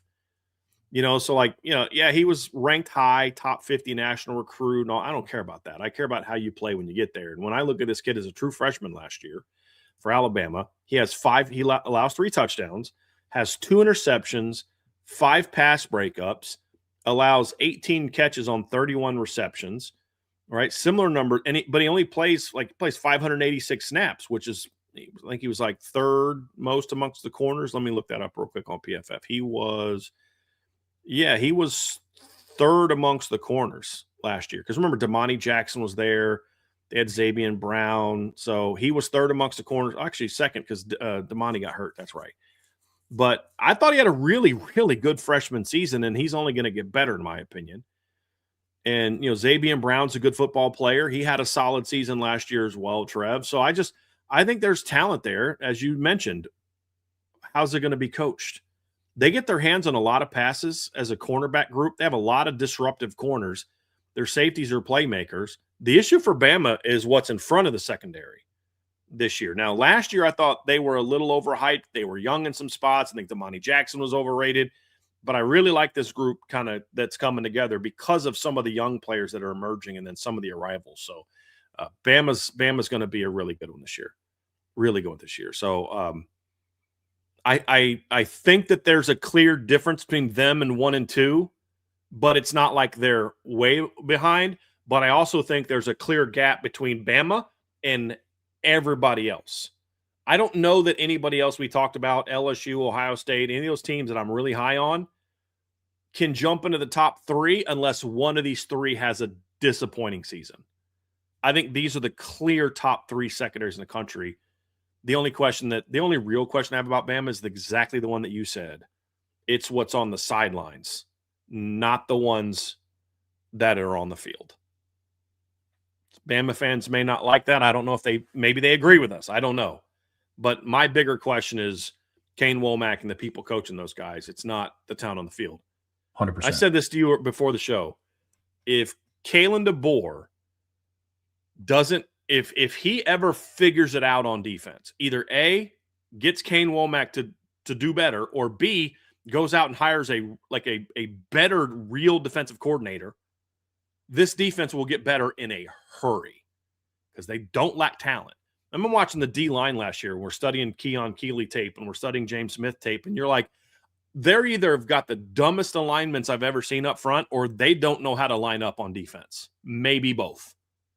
They were so poorly coached on defense last year, just schematically and technically, and still put up good numbers. Why? Talent. That's where I'm at. But if they ever figure it out on defense, coaching-wise, this defense is going to be outstanding because they have plenty of talent, especially in the secondary. Agreed completely. Our number 2 team is the Oregon Ducks. And like you mentioned, how there's kind of a gap between, 1 and 2 and then Alabama at 3rd. I think Oregon might have the most complete secondary outside of my number 1 team returning in college football. They have a cornerback duo that I think is – look, I talk a lot about how I think Notre Dame has the best cornerback duo in the country. That cornerback duo up in Eugene might have something to say about it, man. I really think that. Brandon Finney and Ife Obadegwu. Just call him Did I Iffy. pronounce? Okay. If he's a dude. That's all you can say. If he's a dude. Those guys are dudes. Those guys are certified dudes. Brandon Finney broke out in the postseason, and he was giving Baron Morton a heck of a time during their playoff game. I mean, honestly, he was a very talented player. And then Iffy is another really talented guy as well. Strong cornerback duo. shout out to Brian because I can't take credit for this. I completely forgot that Coy Parrish transferred to Oregon. I did. Mm-hmm. Truthfully, because I was going back and forth between, okay, Alabama 2, Alabama 3. I had questions about Oregon safety room. And yes, I understand they're returning Aaron Flowers as well, but Coy Parrish coming in solidifies the back end of that defense. Carl Williams, a transfer from Baylor, is likely going to slide in at the nickel position. Still a question mark, something that they're going to still have to sort out in the spring, but you combine talent and production upside. I think Oregon has all of that. That's why they're at number 2 for me. Yeah, Trev, this is a great secondary. It was good last year, but it was young. Well, I shouldn't say it's a great secondary. It can be a great secondary. It's an extremely talented secondary. They were young last year. Brandon Finney was a true freshman last season. Ife Obadegwu, that's my best guess at it, Trev, I think he was a redshirt freshman last season. I'm trying to look that one up. Yeah, I think he might have been a redshirt freshman last season. I'm actually trying to look at that now. But he's a guy that I look at too, Trev, and say he was young and relatively inexperienced last season. So these are two very talented. He's a redshirt freshman last year, so I was correct on that. From Maryland, he was a big time player, very talented player, physical kid, over 200 pounds. Brandon Finney just scratching the surface, and they had another stud freshman cornerback last year, Naeem Offord, who had a little bit of a rougher transition that gives them a third extremely talented young player. And I could see one of those three ended up playing some nickel at times as well, Trev. This is a very talented secondary. They have depth. The young guys played a ton last year. Aaron Flowers is a redshirt freshman. They've got Peyton Woodyard, if you guys remember him. Jet Washington, they signed out of high school. So, yeah, I know they lost a couple players. Theron Johnson was a really good veteran player. I thought he was a little overrated based on how some people thought about him going into the season. It doesn't surprise me that by the end of the year, Ife and Brandon Finney were, in my opinion, their two best corners. Dylan Thieneman is a physical freak. I think Coy Parrish is arguably a better football player than Dylan Thieneman. He won't perform at the combine like Dylan Thieneman had, but I just think he's a better football player. So I really like this secondary. And they're going to have a really good D-line in front of them. Because everybody talks about all the players Oregon lost in the portal. Notre Dame benefited from one of those players getting Tion Gray. None of those guys started. Their entire starting D-line comes back from last year. And they still have Elijah Rushing and Aiden Breland and Nasir Wyatt on top of all the portal guys. You know what I mean? So this Oregon defense is going to be outstanding again this year. And their secondary is a big reason why. And the reason I don't think that Bama can catch them unless Oregon takes a step back is because all the things you could say about Bama, some young players, they were just as young, if not younger, in the secondary at Oregon last year. They were just coached a lot better. Yes. If you flip coaching staffs and you take the Oregon players and put them in Alabama and take the Alabama players and put them in Oregon, we might be talking about Bama being number 2 and Oregon being number 3 because of the same reason. But even then, I still think the talent, overall talent at Oregon is slightly better. The talent is debatable. How they're going to play on Saturdays due to how they're prepared and coached, that's where the gap is between those two. But this is a very talented secondary. And if you were to say, if somebody said, hey, Brian, do you want to come on our show and debate this Oregon guy about who has the better secondary in college football? Yeah, I'll do it. But I'm not going to go hard at the guy because I probably will agree with a lot of things he says. And if he's not a homer, he'll agree with a lot of things I say. These, to me, are the clear 2 top secondaries in college football. You have Oregon 2. I have Oregon 2. And then, of course, we both have the Notre Dame Fighting Irish number 1. And I have a feeling you're going to see a lot of people in college football preseason rankings are going to agree with us. This isn't a homer pick. This is, you got the number 1 cornerback in the country coming back, and that's not just our opinion. That's everybody's opinion. He was a unanimous All-American last year or consensus All-American? He was a unanimous last year, wasn't he? As a true sophomore, he comes back.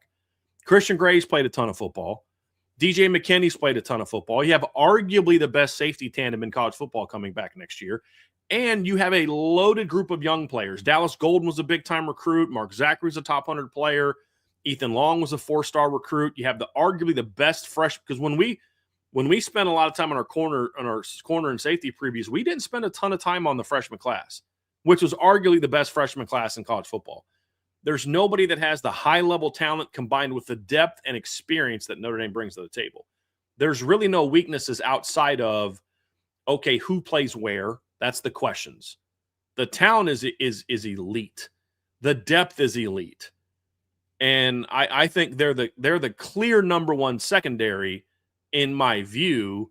That's why I would still go on the show and have the debate, but I'm not going to be like, you're nuts for thinking Oregon's number one. I just think Notre Dame is Brandon Finney's going to be a stud. Leonard Moore already is a stud. Their safety duo has a chance to be outstanding. Notre Dame's already is outstanding. You know what I mean? Like, that's why Notre Dame gets the nod for me. Yeah, they check every box.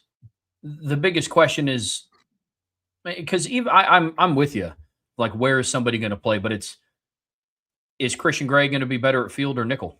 Well, we've seen what he is at field, and when he's healthy, he arguably has the highest ceiling in the room of anyone not named Leonard Moore. That's truthfully how good Christian Gray could be. Again, it's a could. Or it's, okay, does DJ McKinney step up? It's like, okay, well, we have a sample size, a season-long sample size of what he's looked like alongside a Heisman-winning corner. Now, he didn't win the Heisman because of what he did at corner. But point being, he was alongside a star power talent in Travis Hunter in 2024, and he was a pretty darn good corner. Safety, we spent a lot of time today talking about that duo on the back end with the Don Schuler and Tay Johnson. The biggest question that I have about this entire group, and really this is for every level of the defense at Notre Dame, is just, how does Chris Ash utilize him? Yep. I have zero questions about the talent top to bottom in this secondary. None. Yep. Including injuries, being able to sustain injuries and still be really good. If Notre Dame doesn't have one of the two best secondaries in college football this year, there's going to be two reasons why. Reason number one is Chris. Reason number two is Ash. Honest. That's it. He's like, let's just play a bunch of cover three. Keep it ball in front of us. That would be the only reason why. I'm not saying he's going to do that. I'm just saying that would be the only reason that they're not. Yep. And I have to think Chris Ash is smart enough to look at his roster and say, okay, we've got some dudes. Let's go let them play football. Mm-hmm. And that's why Notre Dame is numero uno for me. Who are some teams that were kind of on the cusp as we wrap this up today, man? Yeah, I had a lot, Trev. Obviously, the two Big 12 teams that you had on your list, I had. So with Texas Tech, the reason I didn't have them there is big part of it is I just don't count John Curry as a DB. So that you take that production out of the discussion, I think that if I were to told you before the show, hey, Trev, you can't count John Curry as a DB, I think that changes your calculus a little bit. But you don't have to. You can count him however you want. I'm just saying that's the reason I didn't have him there. And, like losing Cole Wisniewski, I think is going to hurt a little bit. And I like that secondary. Bryce Pollock's a really good player. I think they got really good corners. Safety is really more of my question mark other than Brendan Jordan. I don't know that I feel great about who steps in there. I still like them quite a bit. I think Houston was in my conversation. Arizona State had a really good portal year in the secondary, but I couldn't put them in the top 10, Trev, because that's pure projection.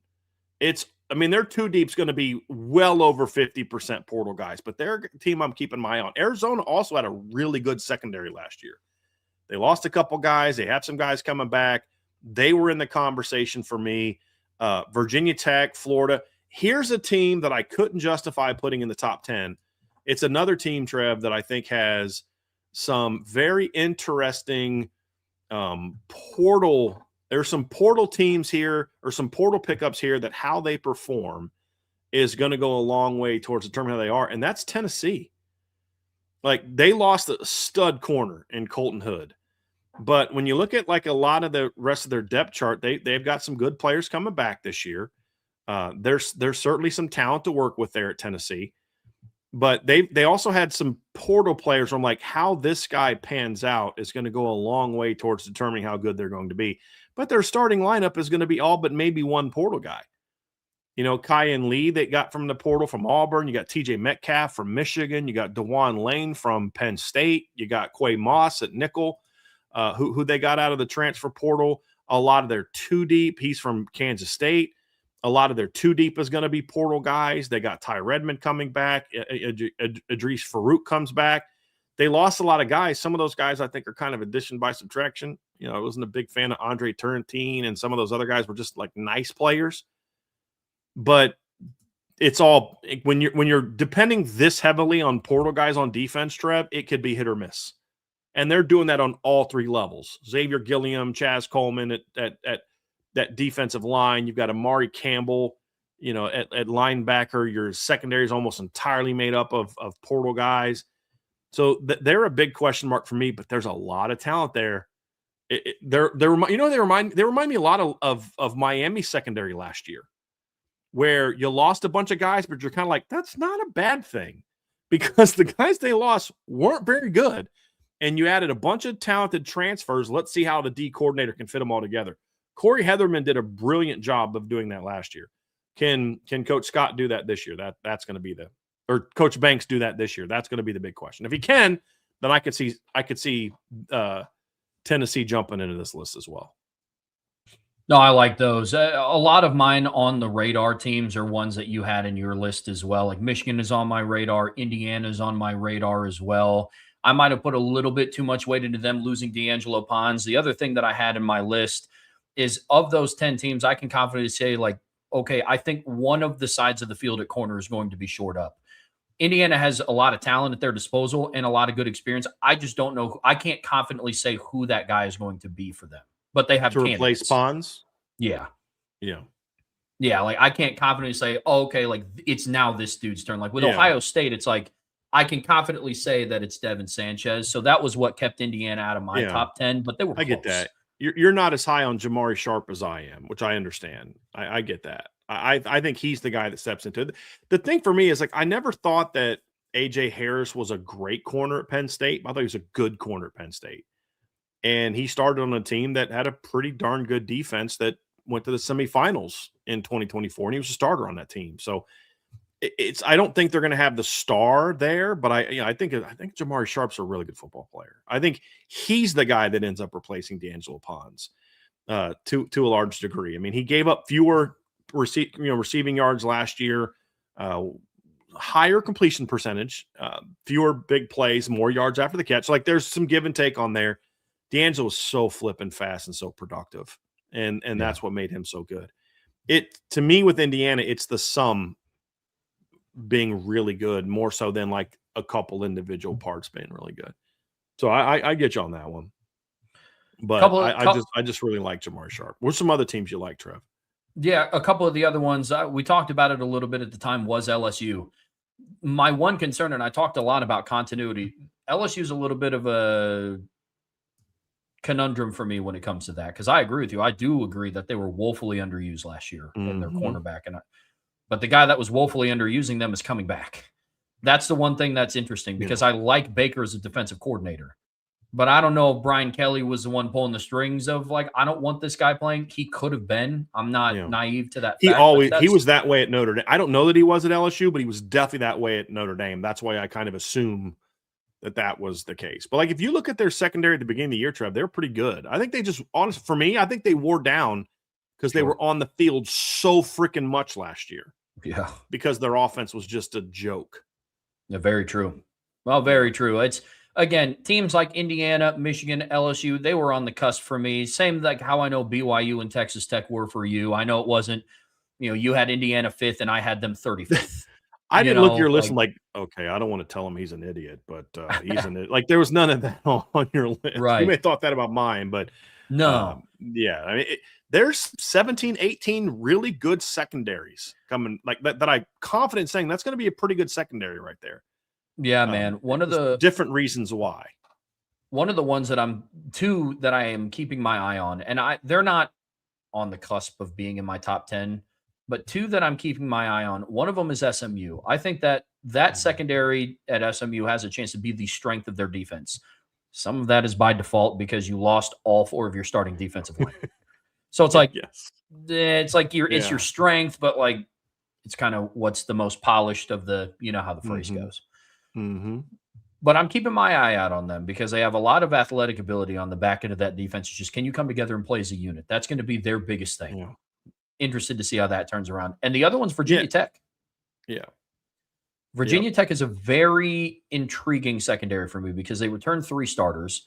It's year 1 of James Franklin. The thing that I'm hesitant with is, yes, now their former head coach is now their defensive coordinator. A little bit of that LSU treatment of like, okay, you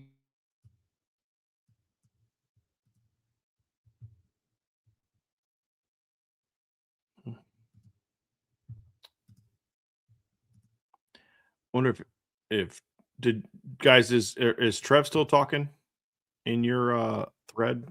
Okay, there you are. Yeah, okay. I was. That's issue as old as time. Another story for another day. Yep. But yes, Virginia Tech is one that I'm keeping my eye out on in the ACC because I'm very interested to see what they do.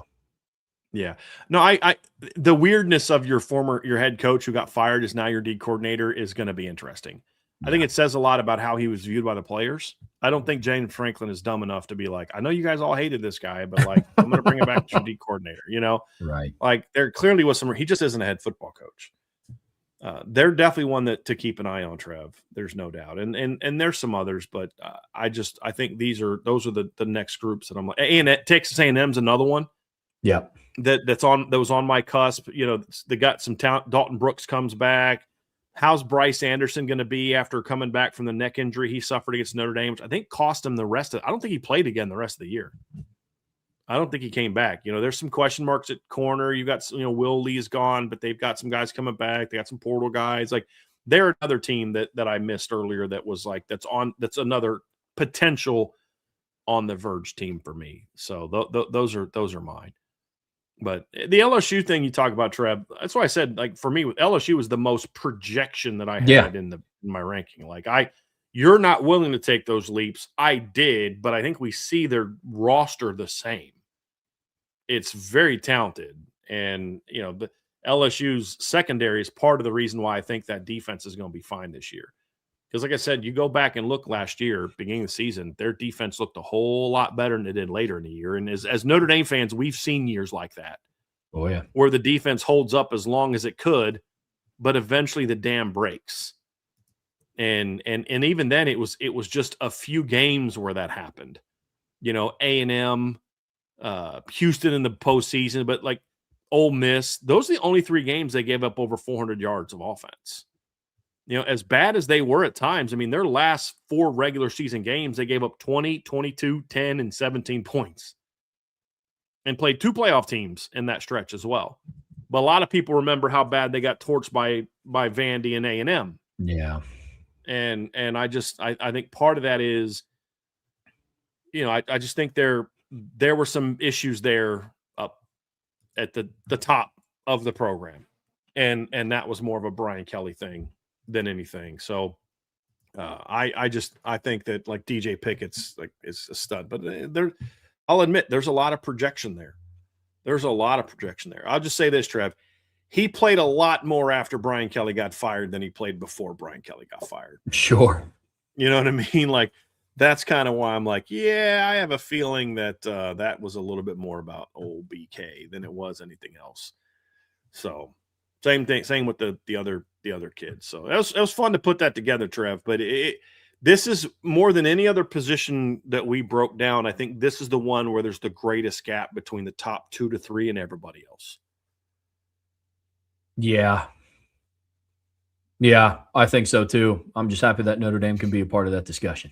Yes. And like any fan base that's being honest, you may not have Notre Dame 1, but if you don't have them in your top 3, then you're the homer. Not us. I mean, I think everybody is going to view this as a top 3 secondary. I think There can be some debate between 1 and 3. I just don't have a lot of debate between 1 and 3. I have a very clear number 1, a very clear number 2, and a very clear number 3. If there's one team, this is going to be a fun one, Trev, before we end. If there's one team that you look in your top 10 that you think you're going to be the most right, like that could prove us wrong in a positive way, makes a big jump, who would that be? And then what's the one team in your top 10 that you have the worst feeling about how they're going to take a big step back and like be not go from like your number Houston's 12, but like Houston would be 20th or Georgia's be 18. Like who are the two for you? And it just kind of popped in my head as we were going through this because, like, I'm like, okay, how do we see this? So, what would be the team that you think that you either have in the top 10 or just outside the top 10 that you could see having a big rise where they don't go from like 9 to 7, but like your number 9 could be 4, 3, or the team you have outside could jump in and be top 5? Who is that team for you, Trev? Yeah, based on my list, it's the Ohio State Buckeyes. I had them come in at 7th, and I talked about how I see this being the floor for them. No matter what happens to their defensive line or what their linebacking core output's going to be, I don't see this group not being in the top 10. But if a lot of the projection that I have with Devin Sanchez comes true, if somebody else steps up at the safety position, like if Trey Moore is healthy enough to be that other piece in that safety rotation in the starting lineup, then man, this is going to be a much better secondary than 7th. So that would be who I have as my biggest riser. Yeah. What about your other? Who would you say that you'd say, okay, if I'm going to be wrong about them, it's because they're going to have a big drop off? I'm torn between two, and the biggest drop off that I have, one of them, one of them is probably either Texas Tech or BYU. Again, I put a lot of weight and continuity in the experience you brought back to the table, but with the team like Texas Tech, I think a lot of their success was driven from their just outstanding pass rush from last season. Mm-hmm. And I know that they made some impactful pickups in the portal, but they didn't get anybody that was going to replace David Bailey. No one is going to be a top 5 NFL draft pick next year. No. No, they didn't get anybody that was a David Bailey. And you could argue, I don't know if they got in anybody that's going to be a Romello Height, the counterpart to what David Bailey was. So that would be my other biggest one. And then one that I hate to admit because I am the fan of this team, and it has nothing to do with the skill level on the team, but it just goes back to how they're used as Notre Dame. I was confident that Notre Dame was going to be a top 4 defensive backfield this past season. But you factor in the fact that Mike Mickens is now gone. I don't know what the Aaron Henry thing is going to be. And now that Chris Ash has all the keys to the car, I have no idea what he's going to ask his secondary to do. I just feel like there's no way they drop out of the top 5, even if Chris Ash does what they did the first 2 games schematically. Because here's why. You're going to have Christian Gray playing nickel, not Carson Hobbs. Sure. You're going to have Tay Johnson playing safety, not Jalen Stroman. And as bad as the defense is, they're in game 13 of it, 14, 15 of it, not 1 and 2. Sure. That's kind of where I'm at. And the talent in the front 7 is just overall better than it was last year. But that could keep them from being number 1. For sure. Here's mine, Trev. So I look at my list. To me, LSU is that team that I could see going from 8 to top 4 for all the reasons I mentioned earlier. Yeah. I think they're because what LSU has, in my opinion, that some of the teams that I have between them and Alabama is they have the potential for elite star power. That I don't know that Miami has, that Indiana has, that even Ohio State has, which I'll talk about in a second. So that's why I think when I look at LSU, I say, okay, maybe they're not there now, but if they put it all together, that's their ceiling. I don't know if they'll get to it, but that's their ceiling. I think LSU has the ceiling of a top 4 secondary this year. It's just there's a ways between where they are now. I projected them to 8. You know what I mean? Like, it wasn't like they're 8 and I'm projecting them to 4. I think right now, based on what we know, they shouldn't be in the top 10 for the reasons you talked about. There's a lot of uncertainty there. I'm admitted from the jump that they are the biggest projection that I took. So they could be all the way up. They could also be a team that ends up struggling, and you're like, dude, I can't believe you ranked that second in the top 10. So they are actually both for me, and to a degree, Trev. The other team for me is Indiana for a lot of the reasons that you mentioned. What if they can't replace D'Angelo Pons? What if A.J. Harris isn't who I think he is? What if Jamari Sharp, now that he's the guy, doesn't play to that level? I think that's a fair question. And then the other thing is, will the newcomers, Josh Burnham, the 2 kids from K-State, will they be able to give you what Stephen Daly and Mikhail Kamara gave you last year from a pass rush standpoint? Sure. I think that's the other question that I have. Because if they have to cover, they don't have a Leonard Moore. I don't even think they have like a Christian Gray. They don't have a Tay Johnson, a Don Schuler type of elite high-level talent to where if they have to cover an extra second or second and a half, that's the difference between an incompletion and a 35-yard gain or a 15, 20-yard gain. So that's a question. Then the other one's Ohio State. And Ohio State is because the safety question mark is big for me. You're counting on a guy who had a bad injury and missed all of last year to get back to being a dude. And that's a tough ask. And the other thing is their depth is a bit of a concern at safety as well. And yes, I think Devin Sanchez could be a dude, but what if he's not quite ready to be that guy yet? They could be a team that could be 4 and end up closer to 10. There's a world in which I could see Michigan having a better secondary than Ohio State. What Michigan doesn't have that Ohio State has is there's no one with just the talent of Devin Sanchez. Jermaine Matthews. Sure. But can they put it all together? And I also have some question marks about Ohio State's pass rush this year compared to last year. That's another one. So they're one. And again, I don't see them falling out, but I could see them dropping down to 8, 9, 10. I think Oklahoma is a team that could jump up a little bit, but they're also a team that could falter because there was a lot of ifs, if this, if that with them as well, Trev. So they're another one that I like a lot. I actually think Georgia could be a riser. Yeah. If they can kind of put it all together and find any kind of pass rush whatsoever, I think their secondary could jump as well. Because I've been down on Georgia's secondary the last few years, very down. But the young talent they have, but again, there are a lot of ifs. I could also see them dropping out of the top 10. What if DeMello Jones isn't ready to be the guy full time? What if they don't get a better pass rush? What if Ellis Johnson's just a really athletically gifted kid, but not a consistent football player? He's going to continue to give up those big plays. Then I could see them struggling a little bit more. What if the transfer kids aren't really that good? I have questions about Khalil Barnes' attitude. When you walk away and laugh at Dabo Swinney on the sideline, guy that's won multiple titles, I have questions about your attitude. And I just can't get that out of my head. So that's another one that I could see being a drop. But that's what made this so interesting, Trev, because the floor versus ceiling debates were very, very interesting. Yeah, absolutely. Absolutely. Yep, that's where I'm at. Well, folks, that's going to do it for us here on the Irish Breakdown podcast today. We did have one quick super chat. Yeah, from Jari Z. Bear. I saw that USC canceled their spring game. They must have thought Notre Dame was going to be there. That is a great level of pettiness before we end the show. I just had to get that super chat in there because that was more of a statement than it was a question. So I did not see that, but that's kind of funny. We're a team that struggles with competitiveness. Let's not have a scrimmage where we can compete in front of people. Totally makes sense. Add it to the list. A roster filled with 30+ freshmen. Let's take away one more opportunity for them to practice and get better. Add it to the list. Yeah. Oh, man. Well, folks, that's going to do it for us here today on the Irish Breakdown podcast. If you want some more IB content here in about an hour, the guys are going live on IB Nation Sports Beat. Starts at 5:05 p.m. They're talking about potential spring breakouts.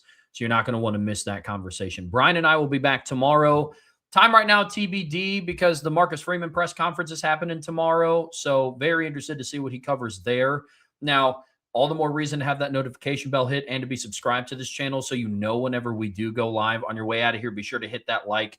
Share this podcast with your friends and family, anybody that you know loves Notre Dame and college football as much as you do. But as always, the best way to support what we do here, the best way to stay in tune, because spring practice does start at the end of this week, best way to stay in tune is be a premium message board subscriber at boards.irishbreakdown.com. So until tomorrow, that's Brian. I'm Trevor. We will see you back here very soon on the Irish Breakdown podcast.